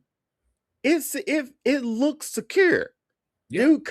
Dude put his legs, Mhm. behind him. So if I'm looking at a tombstone, like, yeah, well, if I'm doing with the knees, sure, I'm completely fine. But it's the sit down part we should have just bailed out of this move, man. It took him forever to get into it. It took him forever to reverse. I did not know that, Will. That's a piece of wrestling that I had no clue about. All these years, I had no clue. Maybe it was just weird happenstance, man. Just it depends on what happened after. If he apologized, because he says Owen never really apologized for doing it. Like, I know he said that sort of stuff. And then we also know Owen wrestled in Japan. Could it have been an ops mission? Oh no, I don't think. Man, listen. See, let's not go down conspiracy. I'm just kidding. This conspiracy tunnel. I always got to do it for the kayfabe. You know what's crazy? No legal action or lawsuit took place after that. Apparently, it says that Shono and Austin handled the situation professionally within the wrestling business. Well, yeah, I mean, because the thing is, like, I will never think that Austin did it intentionally. Of like, I'm going in here to hurt this person. Yeah. So you can't ever really sue like with stuff like that. And then too, like, it's hard to do that because these are characters and stuff. Now it's different situations when it comes to stuff like that. Like what it was that I watched with Abdul the Butcher, and him giving like his protege Hep C. And so that pretty much ruined his wrestling career. Like he was not able, you can't wrestle with Hep C. And so he sued Abdul the Butcher and had him to be tested. And it come to find out he had the same exact rare strand of Hep C the dude did. So it was this back and forth of did the dude give it to Butcher or did Butcher give it to him? But it had to do with like razor blades and cutting people and stuff like that. And so both of them were forced to never wrestle again. But he sued the crap out of him. But then you have other parts like Bash at the Beach when Hogan tried to sue WCW and Vince Russo for defamation of character. And it's like, yo, these are characters that he talked crap about. He didn't talk crap about Terry Bollea. Like, what are you saying? Yeah, that one was a little. Yeah. So again, that's the still underlining issue when it comes to wrestling, even to this day.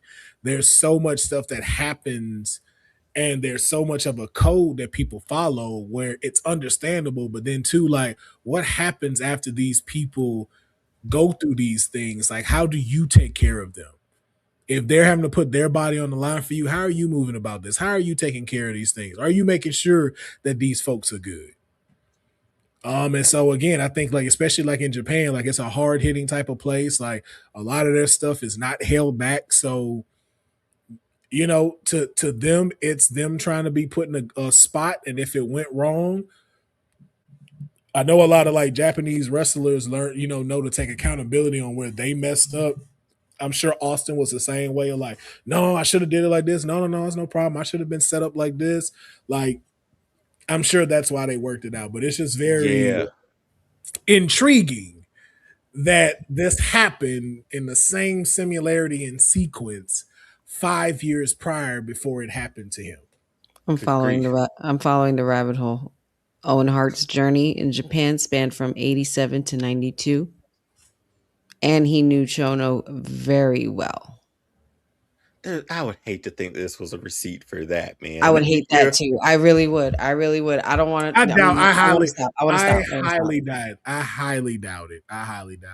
I don't even think Owen is built like that. Like again, I make fun of Bret Hart very much so, but I know I would bet money that Stu Hart in that Hart dungeon trained them boys well enough to never do anything like that. Mm-hmm. Like even how much Shawn and Bret and how much Bret hated Shawn. He did business. He was like, "Yo, I'm To an extent, never going to have you ever feel like you can't trust me in that ring." I think that was way more important. I think that value was instilled into them way more than any feeling they could have about being upset about something. I don't think the boys would ever disrespect the rules of that ring, especially Owen Hart, because he loved being in there. Mm-hmm. I think these are You can just tell. wild coincidences, man. Isn't Wild, it yes. wild? Very wild Very wild. coincidences. I had no Wild clue that, coincidences. man. They've only met in tag team action. Owen and Chono. That's pretty cool. Yes, indeed. Yes, indeed. All righty. Let's get into something a little bit more light. Now, This guy. oh my God, it's Kane. So just so y'all are aware, Kane is capable of a lot of things.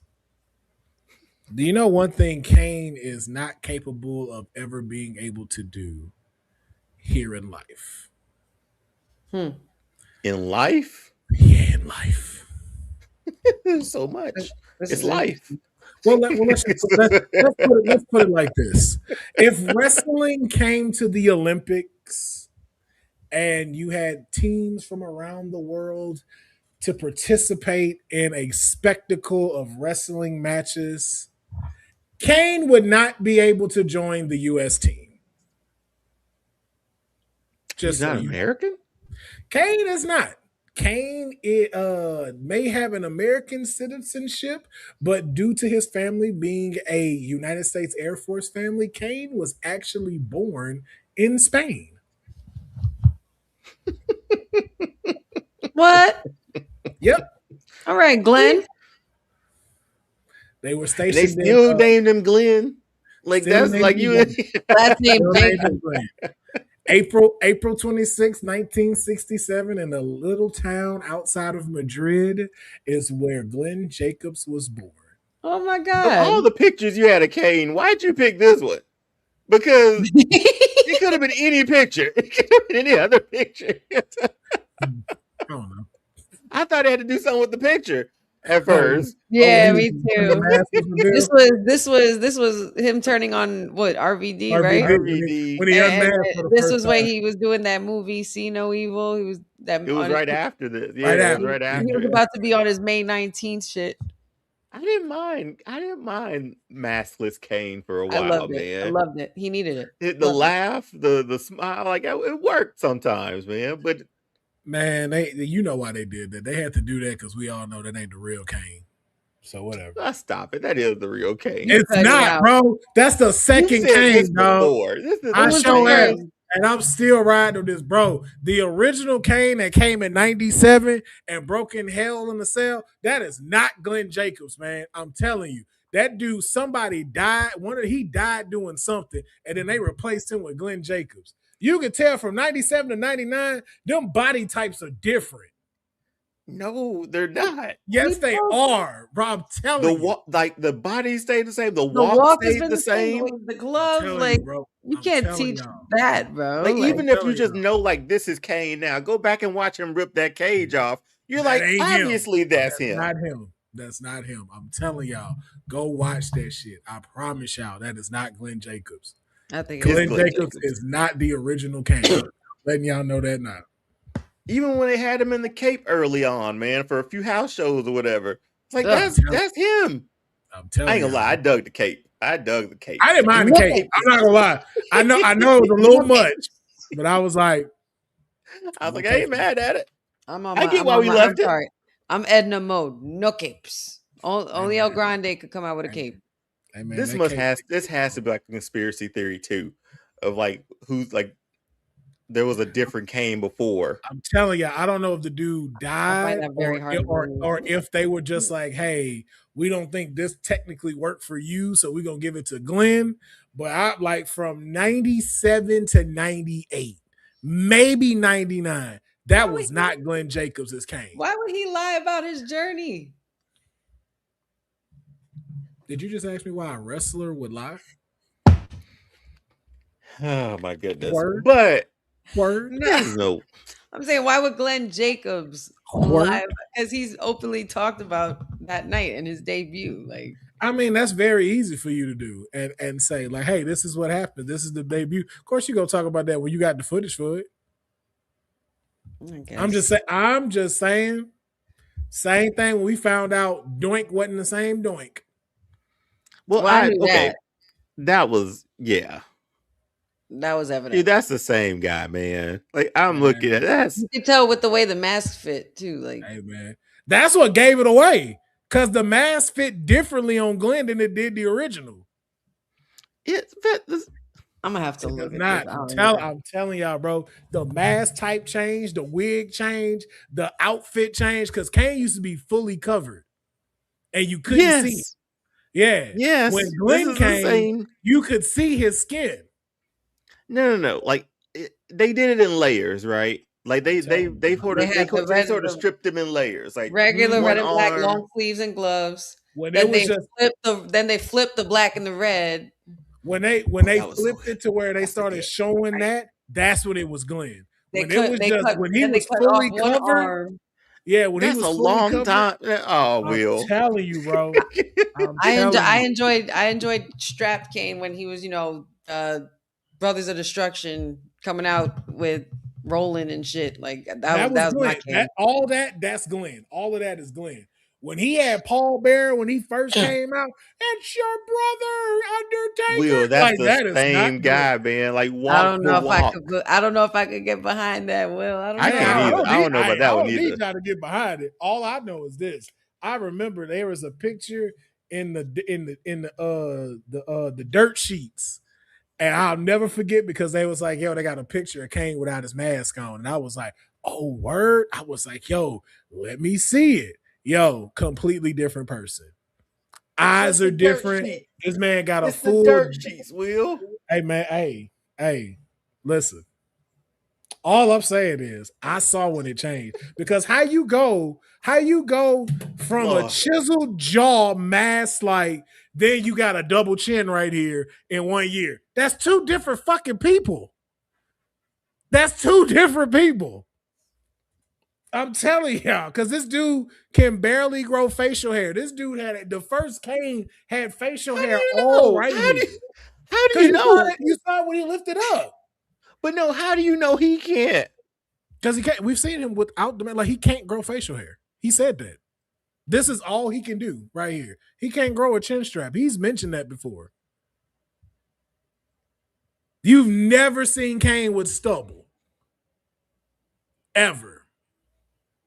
Glenn now got this little bit of hair right here, bro. I've never seen this man grow out facial hair outside of the little chin stubble. Even when he was that doctor. Dentist. Dentists, my bad. I mean, dentists are doctors. Wait, hold on. Dentists are doctors. Let's. No, remember Hangover, the little running joke. I know. I just don't want That's them why I coming in did. here. That's why I Yeah, did. getting on the comments. Dentists are doctors too, honey. Like that is not what she meant. She's just doing a bit from I'm the a movie. doctor. He's just a dentist. she just, I hate that Dr. Isaac Yankum shit used to scare the shit out of me, man. but But that's hit. That's still. I don't know. hey, listen, I'm just throwing it out there. So there was another imposter Kane besides the Canes. Yes, Oh my goodness gracious! yes. Right, I think the shit. I Is this think it him? was, Right? This is. that's You Glenn talking about- Jacobs. yeah, he didn't get that no more. That shit went away, just like his hair. But this was when he was Kane. That when? Let me see. That's Kane hair. That's Kane hair for sure. What year was this? I don't know. Yeah. Give me 96. Give me 97. I need to see 97 Glenn Jacobs. Let's move on, man. Let's move on. We got Man. we were talking about going through these quick. Yes, right. So much for that. So next up, Unreal. did y'all know that Rey Mysterio was a stunt double for Freddy Krueger? Was it Freddy versus Jason? Um, It actually doesn't say which one. No. Because I think I've heard this story before. It was Yes, Freddy it versus is. Jason. Yes, it is Freddie versus Jason I in did hear that. 2003. Yes, but to be able to very much clear this up, a lot of people get this wrong, and it has to do with because of the name. So it actually was not Rey Mysterio Jr. who was the stunt double for Freddy Krueger, when actually it was Rey Mysterio Sr., his uncle, who was the stunt double for Freddy Krueger. Yes, but he was a stunt double for him in the 2003 Freddy versus Jason. But because they did not put the senior or junior, everybody was under the assumption that Rey Mysterio was not only donning the luchador mask, but donning a Freddy Krueger mask, which is also very interesting. Because didn't he dress up like Freddy once? Probably. I know Roxanne Perez did it. I know that's not the visual man, but I feel like he's Freddy Krueger one of his things. They told him that he had to stop dressing up like the superheroes, man, before before they come after. I hated how they got in trouble for stuff like that, because he got in trouble. That Captain America one was fire. Probably the Batman one. The Batman one was dope too. Flash was good too. The Joker one. Joker did. Johnny Gargano got in trouble for doing that, and Alexa Bliss got in trouble for doing that. He is not dressed like Freddy Krueger. He should do that at least once, just for this particular thing. Or Batman, Flash, Joker, things like that. Yep. But not all right. Freddy. Well, let's keep it moving though. So, oh my God! Wow! Oh my God! The reason why I showed this picture. Did y'all know that SmackDown was originally going to be a Divas only show? Did not. No, did not. So, way back in the midst of time, like spring of '99, WWF was considering. God, it have to be way back. Ugh. I know. That's why I said it like that, honey, because it's not really way back. All right. Well, so with this generation, man, fuck these kids. Ain't nobody worried about them. Okay, they can't write in cursive. Why are you worried about these people? You're right. We can easily talk shit about them and write it, and they'll never know what the fuck it is. I can't tell what he's calling me. Sad story. But the WWF was considering creating a Thursday night show to compete against WCW's Thunder program. Never mind that Thunder was, WCW Thunder. We know what it was.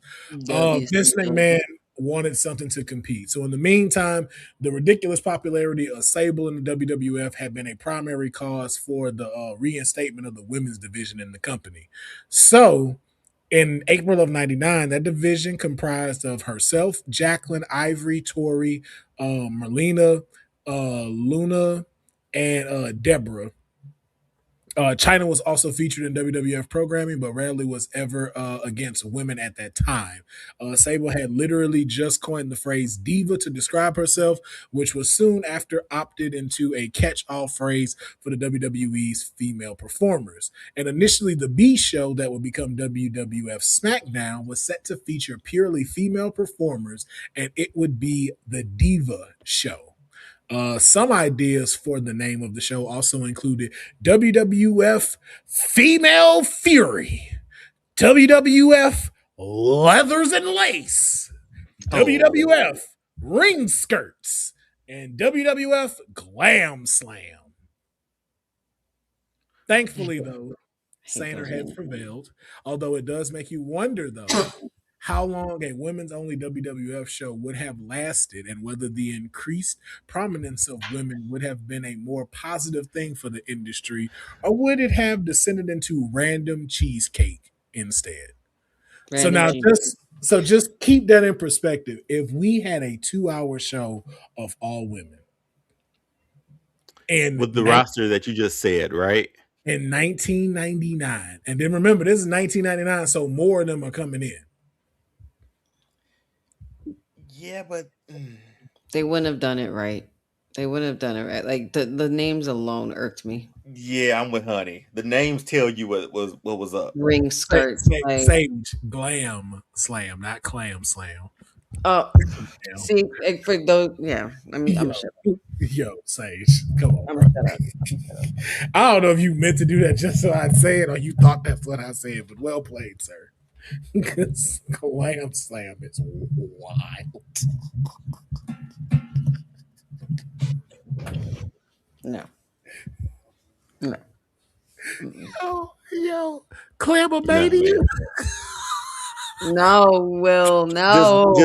Just knowing how WWE was at the time, there's no way this would have worked. There would have been like 4 stupid, bra and panty matches, yeah, mud wrestling, pageant matches, and hit like a pillow girl fights, matches, and pillow fights, and all that stuff. mud wrestling, and all that stupid shit. Dion, Yeah. Hey, Dion. Summer Clam. What else you got, Will? Was that your last one? Good night.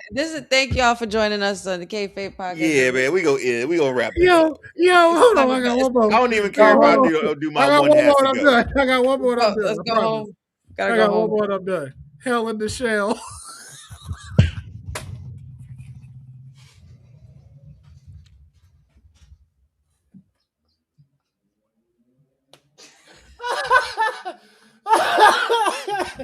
Oh shit!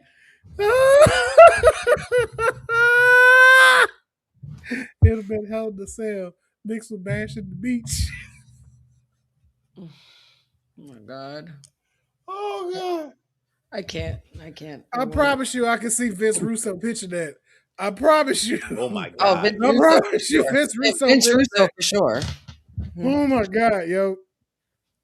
I promise you, I bet you anything, Vince Russo would have been like, "I like that."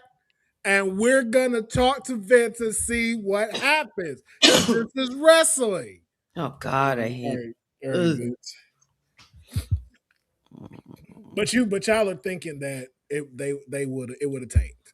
Mm-hmm. Yeah, man. Like Honey said, with those names, I think with just those names like that, I know what type of show I'm getting. Yeah, I might get one wrestling match, right? But there'll be a pillow fight in there. There'll be mud wrestling in there. There'll be a bra and panties match in there every week. Mm. And they wouldn't let them wrestle like they wrestle now when they were perfectly capable too. Jacqueline Ivory, perfectly capable. Luna, Molly, like perfectly capable to go out there and give really good matches, but they never really got to show that when they were during this time at least. Man, you know what? I think it could have worked. Just not here at this point. Because it's 99, man. No. Sable would have been the wrong person to put this behind. And that was going to be the problem. Because she was very problematic for a lot of people. And a lot of people, blame her for pushing the women's wrestling down in WWF because of what they were doing with her. I don't blame Sable. I blame WWF and their creators of that's what you want to jump in and push. So it's like, yo, this woman is just really just doing her job. And this is what she's here to do. Because I remember what's her face? I always say her name wrong, but Luna Vachon, I think is what it is. Yeah. Luna Vachon. Like when she was there, like she did everything she could to put Sable over. And remember, Sable could not wrestle. Like Sable was strong, but Sable could not wrestle to save her life. That Sable bomb on Mark Merrow, man. Mark Merrow did a lot of the heavy lifting, but it was nice. It was nice though. Again, she had the strength to do it.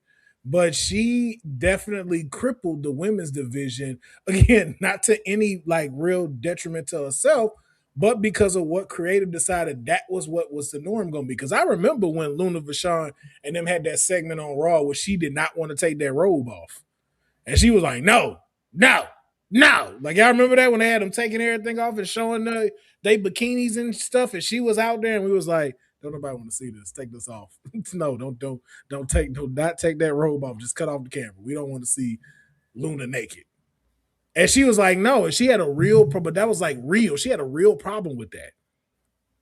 She was like, I don't think this is how things should go.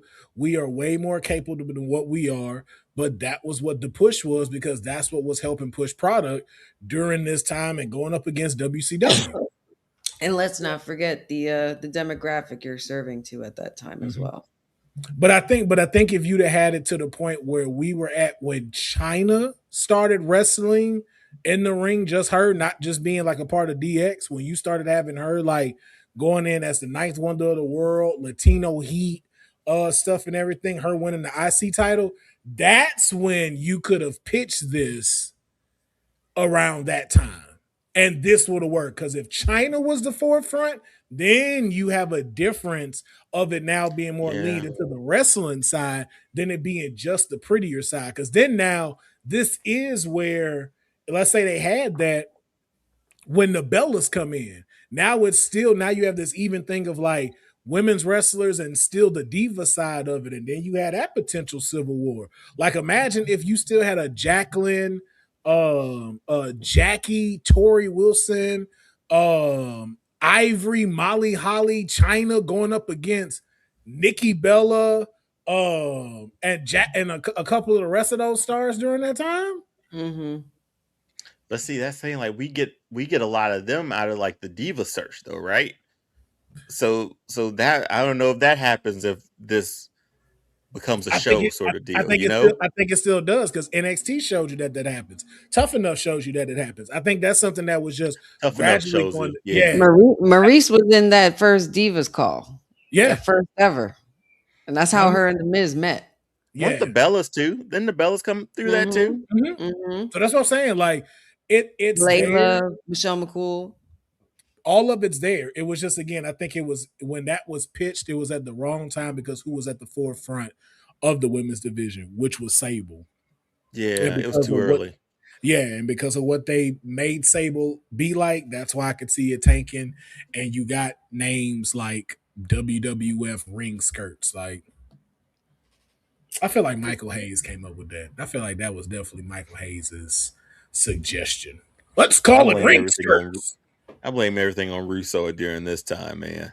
Like if it's bad, it was probably Russo, man. It was probably Russo. Most likely. Bruce Pritchard probably mentioned Glam Slam. I was like, that's the out of all of the ones, I was like, that's the closest one I would not have mind it being the name. As long as it sounds so early 90s, late 80s. As long as you have somebody like Sister Sherry hosting it. Man, bro, if you had Sensational Sherry as the GM, yo, I love Sherry. But see, but here's the thing: it's not that it couldn't have been done. I didn't trust WWE to do it or WWF to do it at this time. Not at 99. Not at this time. They couldn't have done right by it. Like you said, Will, China at this point was wrestling dudes and onto like going into men's rumbles and stuff like that. You guys remember that infamous interview with China, Sable, and Deborah sitting in the middle? And China's literally talking shit to Sable, who's saying that she's going to help build this division. And China was like, I could whip your ass in 2 seconds. Yo, and imagine Deborah and Terry Runnels as commentators. That's fun. And knowing how this worked, what SmackDown was taped, right? Yeah. So this would be before Raw, after Raw, and then imagine and then imagine the other ones that could be there. That's when you get Alundra Blaze to come back. You can get you bring in I don't know if she was coming back anytime soon after. If you think about it, like being able to have a women's division like that, like to where you could really step stuff out. Because you couldn't just have one belt. Nakano was wrestling in the late 90s in WWE. Yeah. Yep. Awesome Kong at one point was there around that time. So you'd have had her coming into this. I just think 99 wouldn't have been the right year just because of who was at the forefront. So our last, did you know that the Royal Rumble nearly didn't happen? Like the first ever or the whole event period? The whole thing. So wasn't it Pat Patterson's idea? It It was was. definitely Pat Patterson's idea. He was the first person who came up with this. Pat Patterson came up with the idea of the Royal Rumble in 1987, and Vince McMahon absolutely hated the idea. Which is crazy. He thought it was the dumbest shit he had ever heard. And look at it now. But because a few months later, NBC needed a WWF special to run on the USA Network, and they were out of ideas, Vince sarcastically suggested that Patterson tell NBC executives about his stupid idea. And that is quoted. He said, "Go tell them about your stupid idea." And naturally, the execs at NBC absolutely loved it. Telling McMahon that the fans would go crazy for the gimmick.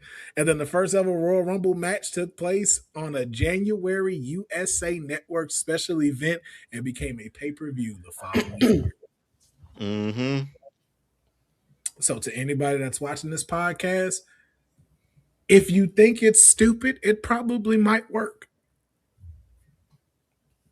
Now look at where we are. Good grief. Everything's stupid. No. Everything's stupid. Got this. That's what I'm gonna start calling it now. Well, we got this stupid PLE coming up in January.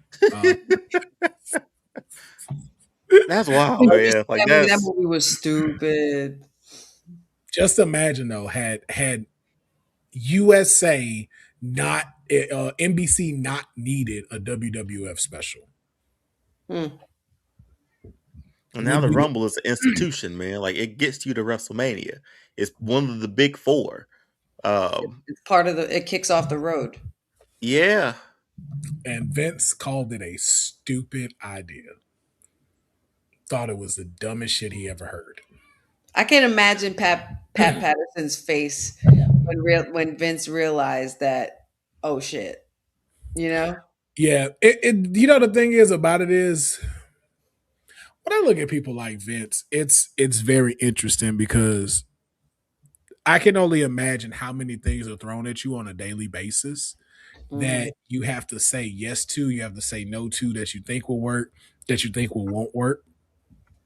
And the simple fact that you're also basing it off of the mood that you're feeling. Because that was another thing, like watching Dark Side of the Ring that I saw about when it came to Vince. Like, once Vince was off of you, like your stuff went just down the drain.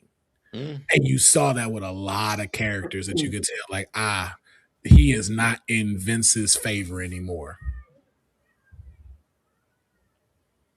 I rumor that Royal Rumble may go to 2 nights. But ain't Royal Rumble 2 nights? That was the rumor. That was the. It's not 2 nights. It hasn't done it yet. Not yet. Nah, they're not gonna do that yet. It's WrestleMania and SummerSlam. They're not gonna do that yet. Because the only way you're gonna do that, you got to make the women's Royal Rumble match a main event. Which they should. I wouldn't mind. Like, I'd have rather Royal Rumble have been 2 nights more than SummerSlam have been 2 nights. Yeah. Because one we crown women's or one we crown a guy. So yep. But it looks like, I mean, the only answer I have as to why, Ryan, is probably because everybody can't stand to not see their favorite on the card. I mean, you get more matches, more singles matches and whatnot, right? If that. Or you just get a lot of commercials and segments. Which is probably what you're going to get. Segments. All segments. Remember, everybody was saying it was commercial mania this year. Did SummerSlam feel the same to y'all? SummerSlam felt a little lighter than Mania, unless I just wasn't paying attention when we had our Mania party. Yeah. You weren't paying attention. It wasn't. I don't think it was as bad as Mania. Night one Mania. Felt kind of long. Night 2 did feel short. Like night 2 kind of felt like we got through that pretty quick. Yeah. It was like 9:00 our time when like Roman and Seth's match started, or like 8:30 almost. I was like, what the hell? Like, yeah, like it really like got to us quick. I was like, dang, we had the main event already. Like as far as the first SummerSlam, it was like, okay, what's next? It kind of felt day one felt way longer than night 2. or day 2. And the match times were kind of, I mean, it was like 11 minutes, 13 minutes, 14. Like, yeah. So it was crunched. It was definitely crunched. Mm-hmm.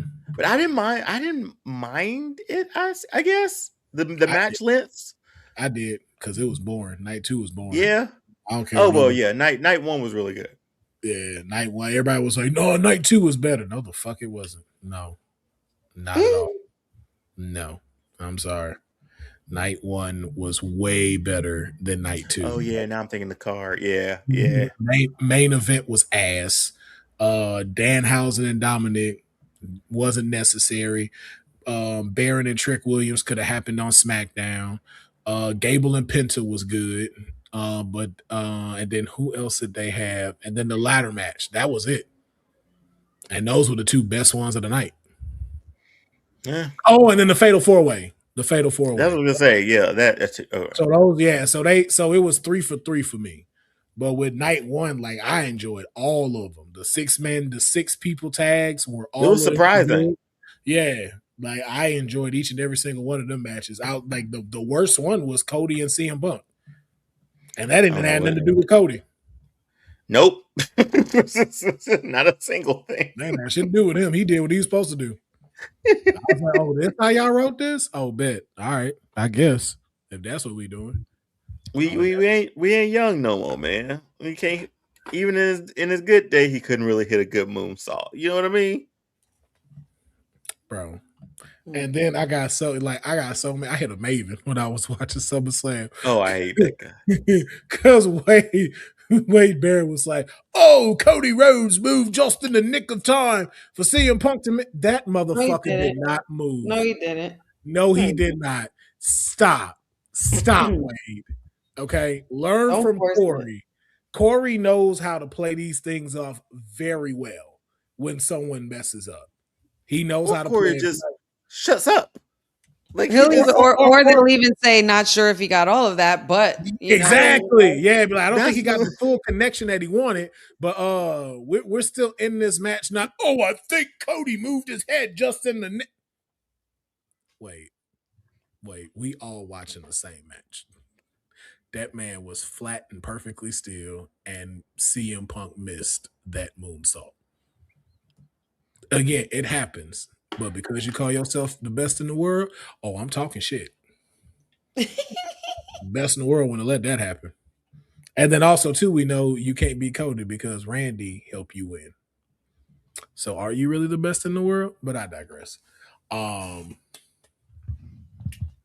It's one of them things. But I wouldn't mind Royal Rumble being 2 nights if we are having both Rumbles as the main event and you're showcasing both divisions. If you giving me 6 matches each night, make 3 women, make 3 men. Or make 1 night men, 1 night women. I thought about that, but that'd be problematic with them being in the Rumble. True. Because then that means that's a lot of people that got to participate. Oh, okay. Yeah. Unless you do it like that and you flip it, where when the men's Rumble happened, all the matches were women, and when the women's it was all men. But I doubt they'll let us do that. I doubt they'll give us. I do hope we get another evolution, though. The ones that we've gotten were really good. Maybe we'll get one. You gotta believe in something, man. All right, man. Okay. They don't want them to be great, Dion. You know that. They don't want them to be great. They don't want us to see the women shine like that, because we had Evolution 1, we had Evolution 2, both of them championship rings, in my opinion. Because that was Naomi's cash in last one. Come on, man. We had Ronda versus Charlotte in the first one, and them two beat the crap out of each other. Like, we ain't had a bad Evolution. No. But for right now, Evolution is a mystery. I'm sorry, Ryan. I had to. Yeah, Evolution is a mystery.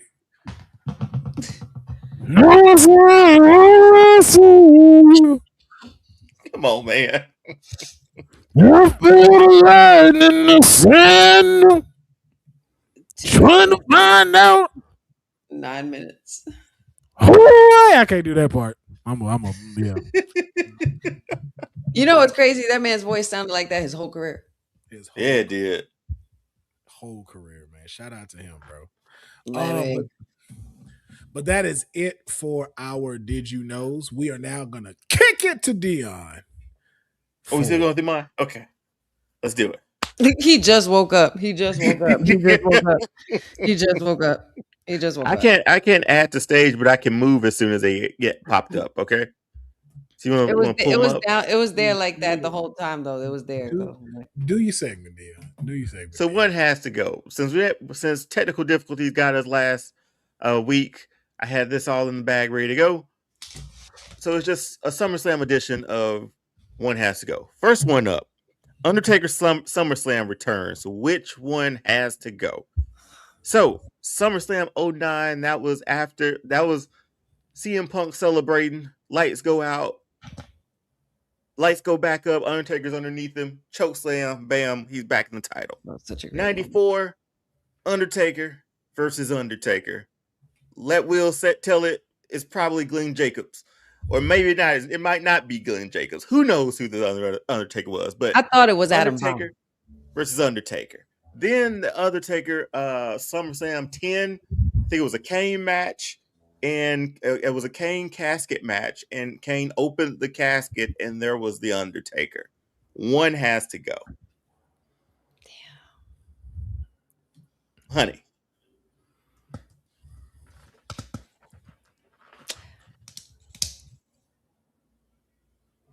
For me, 09 SummerSlam, Taker could go. Oh, really? After that ladder match? I mean, it was.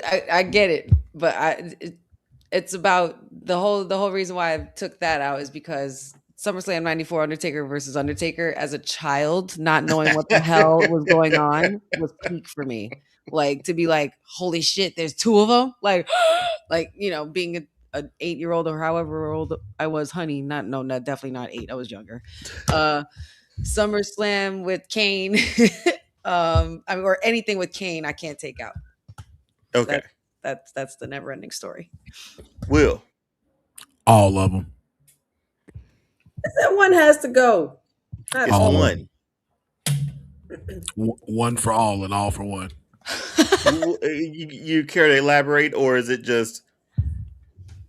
You said what you said. I think it's the latter. You bash my Kane theory. All of them can go. I don't care. Oh. Disruptive like that. Well, Kane was in that SummerSlam 2010. He was in that. He's in the ring right now. That's who he's looking at. He basically said, and I took that personally. They all can go. Which one was 20? Which one was that one? The third one? What's the third one again? Oh, 2010. 2010. Yeah, Kane was in a match I can't remember who he was in the match with, but then he went over and opened up the casket, and there was the Undertaker. Oh, I remember. Yeah, that one could go. Anything that makes CM Punk lose, I'm not getting rid of. That was a good return, man. It was. And then like how Honey said, like seeing that as a kid, you were like, right. It's like the 3 Spider-Mans, bro. Like yeah. No. Or like the 2 Wolverines in the first X-Men movie. Yeah. It's wild that he may have had another return at SummerSlam too. I get those in like the Judgment Day. Maybe Randy? Was it Randy? I don't remember. And he came back. Are you talking about when he bust out of the casket and it was on fire? That wasn't at SummerSlam. That wasn't SummerSlam. But that was a hell of a return. Yeah, but Honey may not be thinking of that one. That was the one I think about. That was on SmackDown though. Yeah, I think on SmackDown he came back in a horse-drawn chariot with against Kurt Angle. Kurt Angle was in the ring. Oh, and this man came out in a Undertaker's had some really great presentations. King of comebacks, bro. King of comebacks. My goodness. Yeah, for sure. Returns, excuse me. Returns. Yeah. Because Judgment Day he came back as the American Badass Taker. That's why I keep getting confused with that and SummerSlam that year. But it was Judgment Day. I still get goosebumps watching that. That was a good one. That was a good return. But next one, SummerSlam posters. One has to go. We got that SummerSlam 02 Rock. And then obviously the Highway to Hell in 98. And then a fun one, SummerSlam 14, man. Will, one has to go. 02 can go. Get it out of here. Out of all of them, the most basic one. Most basic one. Dude, that's what says summer than my bad. What says summer more than what says summer more than you trying yeah. Come on, man. 98. Look at 98. 98 is Come fine. on, bro. Like, look at 98. That's a hard poster. Especially for 98. That's right there. By 14. Wow. Now you talking about Party of the Summer. That's the one. That's a party. That's a party. That looks fun. The 02 poster looks like a movie that The Rock finna be in. Well, that's exactly what it was supposed to look like, because that aura is Hollywood Rock right there. That's Scorpion King walking tall. Rock. Yeah. But he not SummerSlam though. You get what I'm saying? Like, Mummy 2. He's not SummerSlam. Come on, man. Y'all already know, man. This was for Bad Boys 2. Like, yes. SummerSlam poster. Come on. Come on with the malarkey. That 90 there was a dope one with Bret Hart. I think did he go against Undertaker one year at SummerSlam, I think? Oh, I know what you're talking about. Yeah, with the purple. Mm-hmm. That was a good poster too. But all right. I like 02 poster, man. I actually like that. I like it. I'm just saying. I get what you're saying. Yeah, you're giving me one has to go. Out of these two, it's just like the ones that get me excited. Party of the Summer. Gotcha. Yeah, it's 98 and it's 14. Like, yo, man, I wanted to know where that roller coaster was at. Like, I'm trying to get down. Like, where we go? Where we at this year? This one, it just seems like from Columbia House Pictures. Does it? Stars in SummerSlam. Got the MGM lion roaring in the beginning. Yeah, exactly. The Brahma Bull leads an epic cast in this action thriller, SummerSlam, coming to your theaters June 14th. Rated R. Love that. But see, it works with that. But I get what you're saying. For a movie, not for a PLE. Like, for a movie. A movie. Okay. I'm not thinking about SummerSlam where you're going to have all these other great talents. I'm just thinking about The Rock. Gotta go watch a movie. Next up. I love that we SummerSlam entrances. One has to go. Shawn Michaels return 02. SummerSlam 94. That's Paul with the urn with the light shining through. And then SummerSlam 09 is obviously DX coming in with the tank, with the military, with the, I think had like soldiers like popping off like blanks or with guns and stuff like that. Very, very like army thing. Honey, which one can go? It's fucked up that you put her in this predicament with Shawn. You know what you did. She knows this is a good one. You know what you did to her. No, it's easy for me, but you know what you did with her. And you're not going to do it. You're not going to win. Buy SummerSlam 94. Buy to that one? Yeah. That one. Oh, wow. I remember that moment clear as day. Trust me, I do. Yeah. And then the light, my father was a full spotlight in that urn, man. Papa Honey probably gonna whip my ass after saying this, but I'm sorry, 94. I'm not doing it. I can't do this with Shawn. I can't do this to Shawn. Nope. Dude, 94 was. Will, go ahead. 02 can go. That entrance was ass. It was a regular fucking entrance. No, they gave him all this regular entrance. They gave him all of his popping. They gave him pyro on the front. They gave him, I think, confetti falling. Like it was a regular Shawn Michaels intro. The only aura about it was he was back. That was it. Out of everything else, that's a regular Shawn Michaels intro. Regular. Oh my God. Regular. Is it better than WrestleMania when he came down dressed in all white to take on Undertaker? Of course not. Exactly. But That's an entrance. That is an entrance. That we had at SummerSlam, that's just what we WrestleMania regularly entrance. gave. Yeah, but this is SummerSlam. But that's what we regularly gave Michael. Michael's had that. He had that right when he came back on Monday Night Raw. But no, not to. Okay, you need to rewatch it. I'll pull this shit up right now. Just look at the crowd watch it, man. Because we thought we were never gonna see like this man again. Like I will if I have to pick from this, and I know I made this list. I can get 09 up out of there because crazy. Nothing's gonna stop me from this Shawn Michaels return, and he's getting everything back. And then Undertaker, come on, Undertaker in '94. I know. How I still don't know how they did the light out of the urn. I don't want to know. It was Undertaker. That was Undertaker. That was magic, bro. It was real magic. I was like, yo, how he made that light so damn bright. And thing is, he was moving around with it. So it's not. And then the lightning and the thunder, the dark lights were flashing and all that. I remember it clear as day. I'll never go against an Undertaker entrance on a big stage. Never. I don't think he's had a bad one. I don't think he's on a WrestleMania SummerSlam stage. I don't think Undertaker's ever had one. His WrestleMania entrances have always been better than SummerSlam. He floated to the ring one year. Come on. One WrestleMania, this man floated. Then you should have said a one has to go for WrestleMania entrances. I'm just telling you. If it's against Taker, Taker's always going to be on the list. And that's Shawn Michaels 02. Come on, Will. Come on. Yeah, I just watched this. This shit is ass.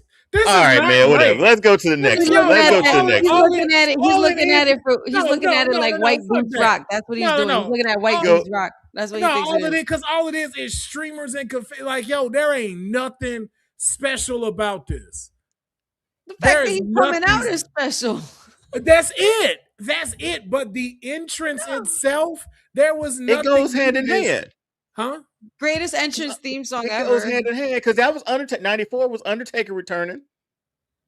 Look at the presentation. The only thing they changed about Shawn, we gonna pull out confetti, and we gonna do it with every step he take. Boom, boom. Next one. Boom. No. Go back. No. SummerSlam weird. SummerSlam weird is matches. SummerSlam. I got control of this too. Nah. You gonna sit here and defend your 94 and not let me talk my 02? No, it was ass. It ain't ass. It's a basic Shawn Michaels entrance. Glad to have him back. Glad to see him back. Only thing we added for the comeback, streamers. Regular and basic don't go in the same sentence. That's why I said regular. That's weird. No, it does. It does.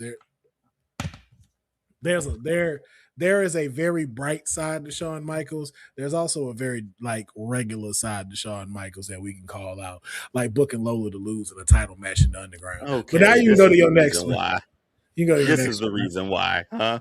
Oh no! Out of what you gave me though, if this is me being very much subjective, you take out all the biasness. Out of the three you just gave me, one, the urn was this magical stuff I saw with a light shining out of it in a stadium where I'm just like, I don't understand how he did this.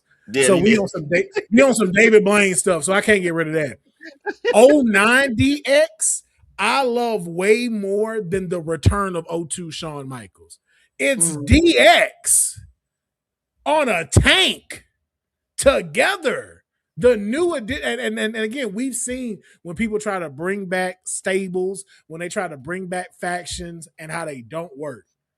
DX did it 4 times, and every one of them hit. Reiterations, different ones. That's so crazy.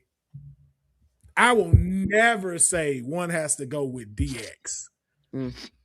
You give me the only DX I'm gonna tell you get rid of before you try to make it is that match at Crown Jewel that should have never happened. Now that's the only. What match is that? I don't know what you're talking about. What match you talking about? What match is that? What is that? Hey, you know. I thought he was gonna say when Rick Rude and them was in it, throwing toilet paper. I wasn't mad at that. I'm just mad Rick Rude never said suck it. That's just That too. Hell yeah. I'm mad he Hell never yeah.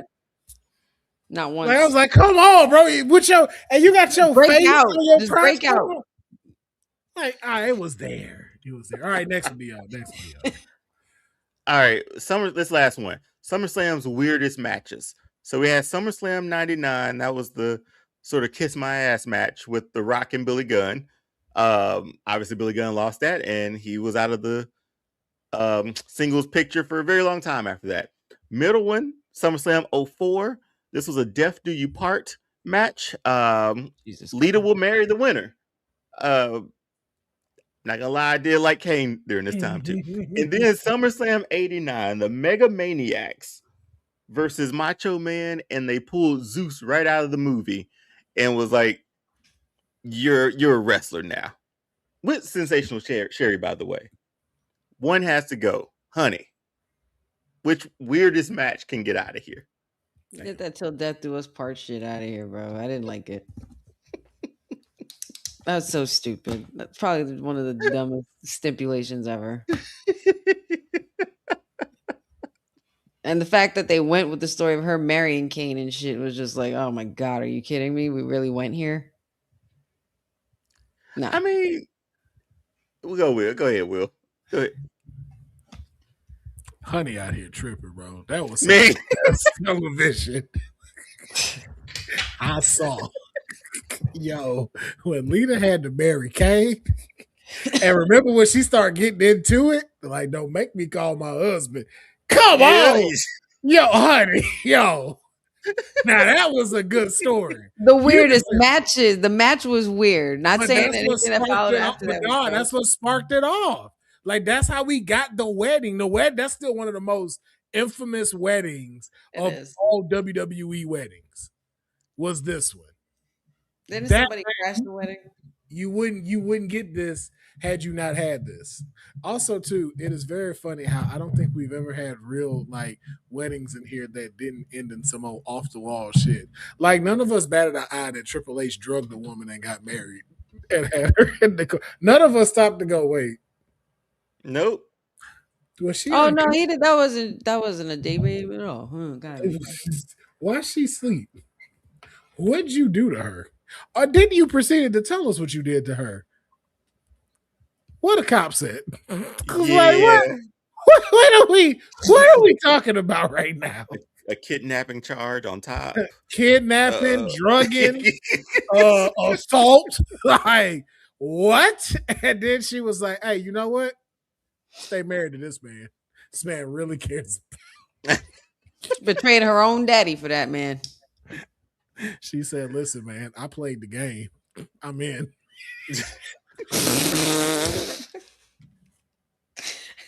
Time to play the game. But which one is leaving for you though, Will? Huh? Which one is gotta go for you? Oh man, the kiss my ass match and get out of here, bro. Just dumb. Talk about like, because y'all know the story about that, right? Yeah. Like The Rock was like really pissed that they were going to use him to like elevate Billy Gunn. Yeah. And he killed him on the mic with that prayer. Mm-hmm. And Bob, but my name's Billy. But my name's Billy. It doesn't matter what's your name. But that was the thing too, though. This is another one of those. Like this match should have. This stipulation should only happen when Vince commanded. Like it only works when Vince is the one whose ass you got to kiss. Because it was before the club too. This was 99. The club didn't start to what, like 02? Maybe a little later. Yeah, so I was just like, I'm okay with this. But like, yo, seeing Zeus in WWE, I'm like, hey, bro, I can't get rid of that. Nah, definitely not. They legitimately ripped a fictional character from a movie. Yes. You know what's so funny? Why was Hogan watching this? Why wasn't Hogan his character? Stop. Say it again. What'd you just say? Why wasn't Hogan? Like, if we gonna pull Zeus just from straight from the movie, because Hulk had a character. Okay, that's why. Well, why would you just pull his character from the movie? What was his name in the movie? Hogan is a character. Because Hulk Hogan is a character. What was his name in the movie? In Rocky? No. Thunderlips was Rocky. It was Thunderlips. Yeah. But in No Holds Barred, wasn't that the name of the movie? I think so. What was Yes. the name of Hogan's character? Who cares, Dion? You I care. You bringing up Pat, you people would you know. don't care about. Research. There's it. no way they just called him Hulk Hogan. No, I think he had a name. Was it Rip Rogers? Something like that. That sounds right. Dang, I thought that was on another movie. I know how we talk about Hogan here and whatnot, but I absolutely used to love Suburban Commando, man. Oh yeah, like I know his movies was clutch. I don't care what nobody say. Shep, I think his name was Shep. Yeah, Rip. TBS is where them movies lived, and I was definitely watching them in between.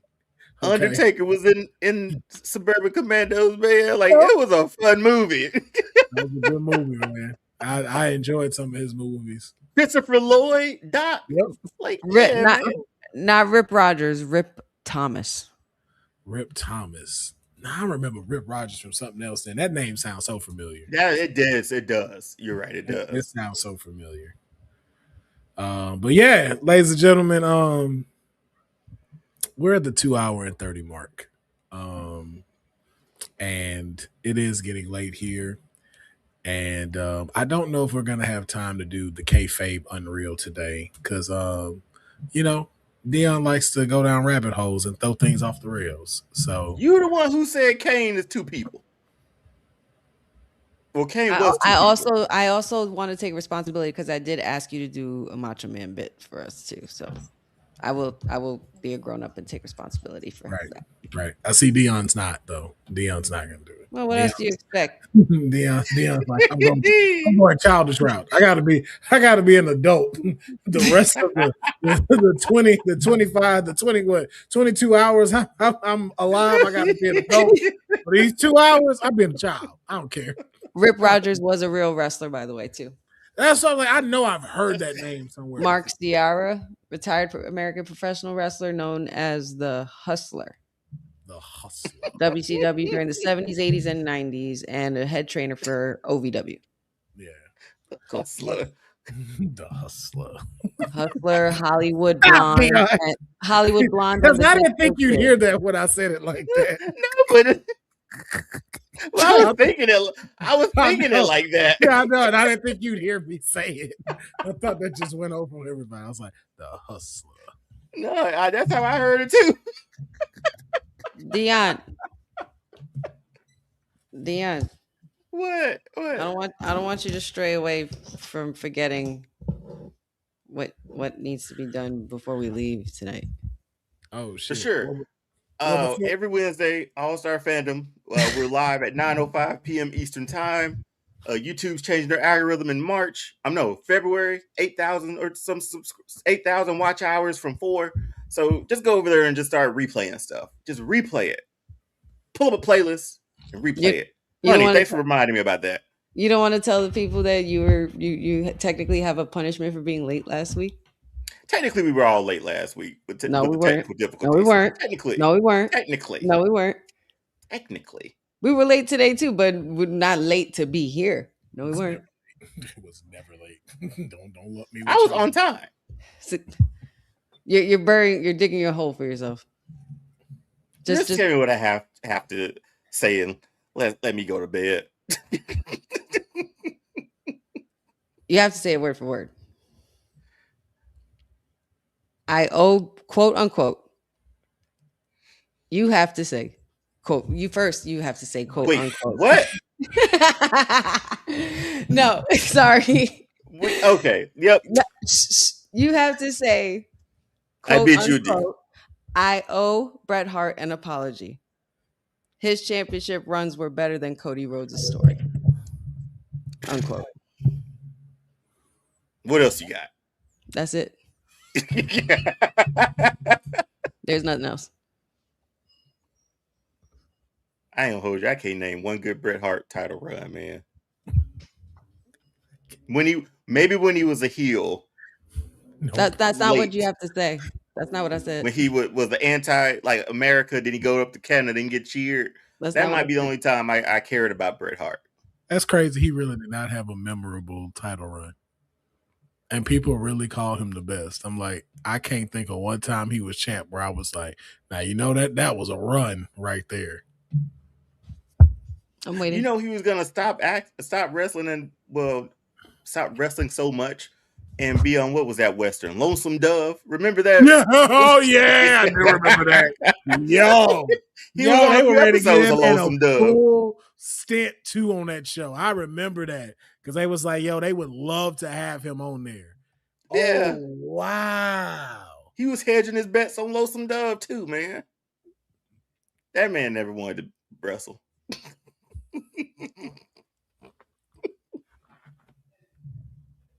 What am I supposed to say, honey? Tell me again. Cody Rhodes was better than Bret Hart? Sure. Cody Rhodes' title reign was better than Bret Hart's title reign. There it was. Honey, I honestly don't remember. Because you went quote unquote, you have to say wait. You completely ended the quote. The quote never happened. I'm just as tired as you are. If you just hurry up and say the shit, we can get the fuck out of here, bro. She said quote unquote. Wait, no, hold on. You gotta say now quote unquote. It's just ellipses. That's all. That's all. I was like, in between. All you gotta say is ellipses. Bro, it's the rules. You're not following Kayfabe rules right now, bro. Okay, tell me what I have to say again. Tell me, please. I'm being serious. Word for word, I owe Bret Hart an apology.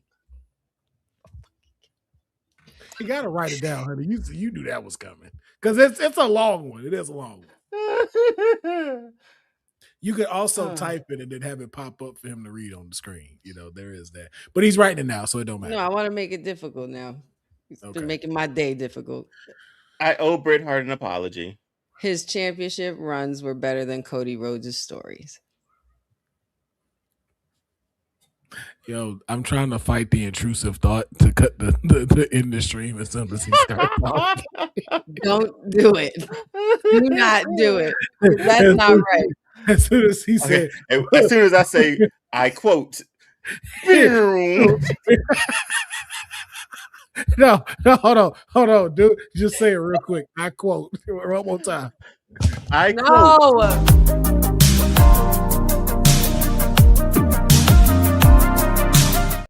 I just played the video. I'm out. Good night. I'm done. It's like we're short for time. We got it. It's like we're short for time. Like how JR used to try to get off the air quick. Oh my God, we're having time. See you next week. See you next week. Q in Mortal Kombat.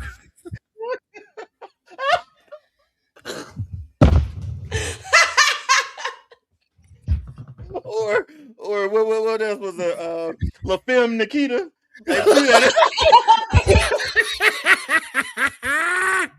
Yo, no, that was Sunday Night Heat right there. Yeah, so that Sunday Night Heat went off. La Femme Nikita. Or after Monday night, wasn't it like Silk Stockings or something? Oh shit! After Monday Night Raw, it was Silk Stockings. It was Silk Stockings. Oh shit! Oh god! Oh. Dion. Okay, all right, man. It's the rules.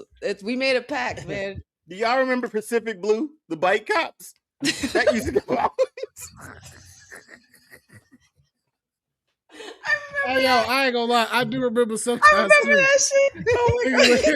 When them shows Mario was Lopez was on there. Yo, I remember when them seasons went off and Walker, Texas Rangers start playing. Well, time for bed. Time to Yo, when Chuck Norris was on, it was time to go to sleep. It's sleep. We gotta go to school. Oh god. Oh my god. All right. Okay. Pacific Blue. Oh shit, Pacific Blue.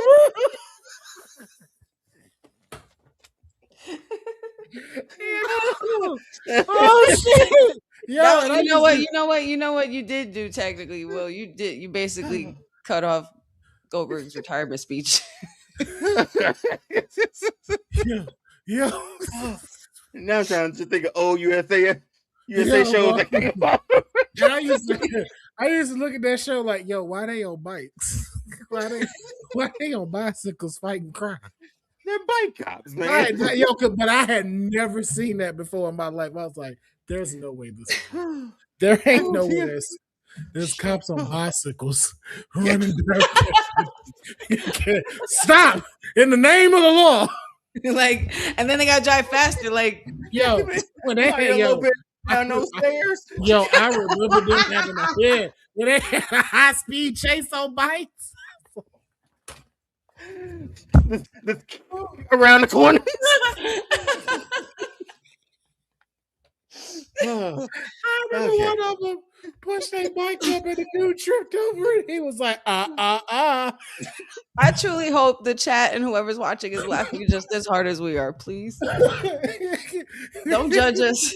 That man flipped over a bike. And nobody else got hurt but him. Oh God. Oh man. Oh. All right, this makes that more doable now. My head hurt. Okay. All right.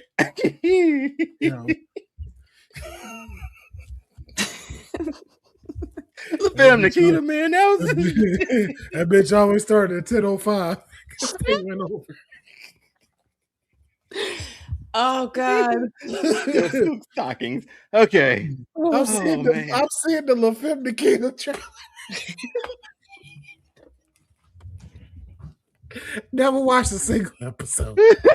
Just well, that's it for me. Time to get ready for bed. Gotta go to school in the morning. Oh, my mama made me turn into the news. Put on the 10 o'clock news.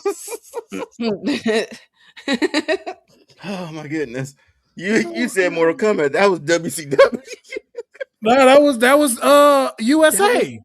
They had a cartoon. They had a cartoon show. The cartoon show came on after Raw. They were like the X-Men, the Mortal Kombat. Yeah. And remember, they were all in the shadow, and Off-World they were there most of the time. Shit.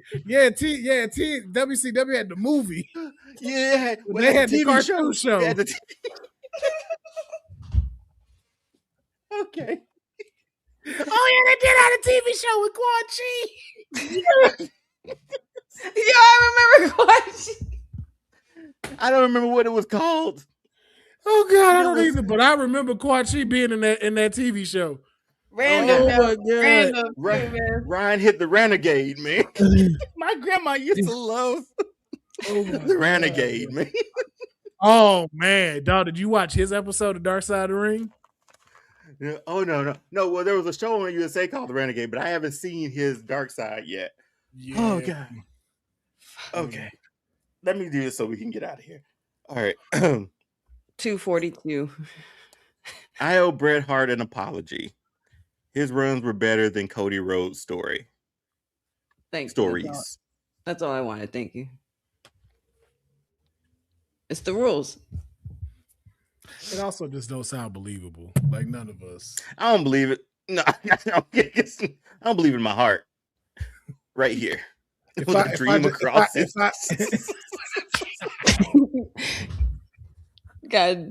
damn it. It's just no getting away from it. Yeah. And he just cried. This is my nightmare. I'm looking like Jesse Jackson did at Obama's inauguration. Let's get the fuck out of here, bro. I'm tired. With a hand across his heart, dude. I can't do.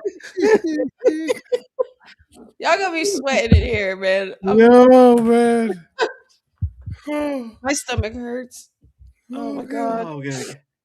Oh, this is all signs that we need to get our ass to bed. Hey man, listen. If we still got to be in the Tribal Chief's nightmare, you go catch this nightmare at least for 2 hours. Listen, it's the same nightmare I see every damn week in my face on my TV screen. So. Oh my goodness.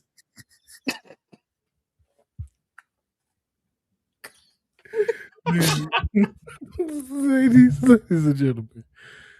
Oh, I really want to rewatch that Mortal Kombat cartoon. I now, do man. too, Like, that and the TV show. I kind of want to watch both of them. Watch Because I along. remember Watch the along. cartoon, Hey. they were like X-Men. They had a jet. they really were. They really were, bro. Because I remember that was Like, the Sub-Zero without a mask on. Like, it Yes. was, and they Oh was my big God. and stocky. And how did Stryker get on the team, man? Yeah. When did that happen? When the fuck? But did he that was happen? like, yeah, because it was the most off group. I was like, wait, why Like- y'all all on this team? Like, Wait a why y'all minute. together? Y'all hate each other, don't you? I Like, was like, this don't make no sense. Hold on. It's got to be on YouTube. Man. I gotta watch this. Oh yeah, no, it's on YouTube. Oh, it's Night Wolf definitely on YouTube. Night Wolf was good at computers. It was Defenders of the Realm. Mortal Kombat. oh my Defenders God, of the Night Realm. Wolf. He was a techie, wasn't Yeah. he? Night Wolf. It had Shane Song, Night Like, Wolf, what the fuck is he doing being a techie? Jax, Who knows? Raiden, Katana, and Sub-Zero. Jax had that stiff flat top, man. Oh my God, bro! Like it was the animation wasn't great. No, it wasn't. It wasn't. Because I remember I was looking at it, I was like, yo, why they ain't got no shadows? They had the most vanilla voices, like even like Liu Kang. Like I love Liu Kang, but his voice for that one was just Well, you so could tell vanilla. you could tell a white person was talking as Liu Kang. I was like, no, I don't think y'all allowed to do this. I don't think you're supposed to be doing this. I want to know who casted. I want to know who casted that shit. Because at least the first movie got it right. Yo, I remember this. This is crazy. Oh my goodness! And why was Katana wearing all black? Yeah. Well, it was the shades, right? Like It the was shades. yeah. So they would make it like the highlight, the shadow highlight part is blue. So she's technically wearing all blue. It don't look. But they couldn't draw it like that. So they Oh my goodness! all Look at It her. was Blue. wide up top. Look at her blue and Sub-Zero's blue. Like that's the blue she's supposed to be wearing. Did Night Wolf have a wolf? He did have a wolf, or did he turn into one? Kiva. Well, No, he had he- Kiva. That's what he turned into. He did have a wolf too. He was like an animal. But he was behind the computer, man. Oh God! I didn't understand. Because we lived in a time when we got this, and I think there was a Street Fighter series too. The There animated was, series. but There was an animated movie. There was an animated No, movie. there was a series too, I think. There had to been, I remember a series because it was like Guile was the main character. Oh yeah, you're right. Because in the movie it focused on Ryu and them, and they're telling it. Yeah. Guile was barely in it. In the show, it was focused on Guile. Man, I love that fucking movie. Was that on USA too? I I think feel like that could have been on USA. No, I don't know. Because I never got to watch it like that. Like I it knew was on about it. VHS. Yeah, that's the times I got to see it. So I don't know exactly. I think it aired on HBO. So Man. good. Because I remember the animation being a little bit better than this though. Yeah. Oh no, it was way better than this. Actually, a lot of people don't know. Like they actually brought this back on HBO. Defenders of the Realm. Oh my God. Yeah. Wait, what? Wait, what do you mean? Like brought it back? Like they continued the show. Like kind of like how they did what it was, the Justice League kids. What's that one was? Young Justice. Yeah, like they brought them back. Same like thing and everything. Yeah, I'm about to go run and watch that shit. But then I'm like, who asked for it? Nah, hey, listen, I know we did. Because I think they called it Legends when it was, but it was the same. Like it's supposed to have picked up right where they left off. This is a movie, though. I think That this was is a movie. I think this is what it was. I think they picked up after and started doing it again. Okay, because I've seen this movie. This is a movie, right? I think so. So badass. Oh goodness gracious! Oh god, my head. The Johnny Cage one was really good too. It was set in the 80s, early the 80s, early 90s, whatever. Really dope. Yeah, oh my goodness! Way to go down memory lane there, man. Oh, that was good. Man, Whew. y'all got my stomach hurting. Let's tap out, man. I'm John Cena Yeah, I gotta go too. with a smile on my face. So we not gonna talk about Mortal Kombat Conquest. No, No. because that was the one that came on after WCW, wasn't it? Oh my I'd rather not. God. I'd rather not. No. Let's don't say we did, Will. Come on, man. I used to be so boy. happy when like Yo. WCW just do the replay right after the show. You know what I mean? Oh, I'm gonna tell y'all this. Go ahead and put it up, and then we can get out of here, man. I know you're doing it. I know you. Go Google that. I'm gonna just tell y'all. Just Google Shao Kahn. For that TV show. Yo, I forgot Shao Kahn. Was it worse than the movie? Wait. Oh, Wait. Yeah. I'm gonna pull it up. I forgot Shao Kahn look like this. Because everybody else, they look great. And then I saw Dude, Shao Kahn. I remember that. Oh no. Oh no. Yo, who this? No. Who is this? I said, why he ain't got no helmet on, first off? Where is Shang Tsung helmet? That shit looks stupid. Who is that? Oh God, that's Shao Kahn. That's Shao Kahn. That's not my Shao Kahn. Nah. I was like, yo, why he ain't got no helmet on? This ain't right. This ain't right. This is not right, bro. In every image, he ain't got nothing. He ain't wearing nothing. My boy Daniel Hood looked like the source from Charmed. Like, yo. Now what? Now wait, what Shao Kahn is this from? Where? This is from the TV show that used to come on after WCW. It was called Mortal Kombat Conquest. God. No. Like, where's the rest of it? Yeah, because what was the girl? You remember the Terminator where they had a female Terminator? That was the third one, I think. The third movie. Yeah, she's in Mortal Kombat, the TV show. I think she's Katana. I can see that. Really? I think. I don't remember. She is. But I know she was in it. Yeah, she was one of the stars of it. Is that or is that not? Oh, wow. It's on HBO Max if you would like to watch it. Oh, yeah. All of it's on HBO. Everything that Mortal Kombat has done is on HBO. Oh my goodness, bro! I remember them introducing Quan Chi, and I was like, "Oh, this finna be lit." Oh, you just didn't know.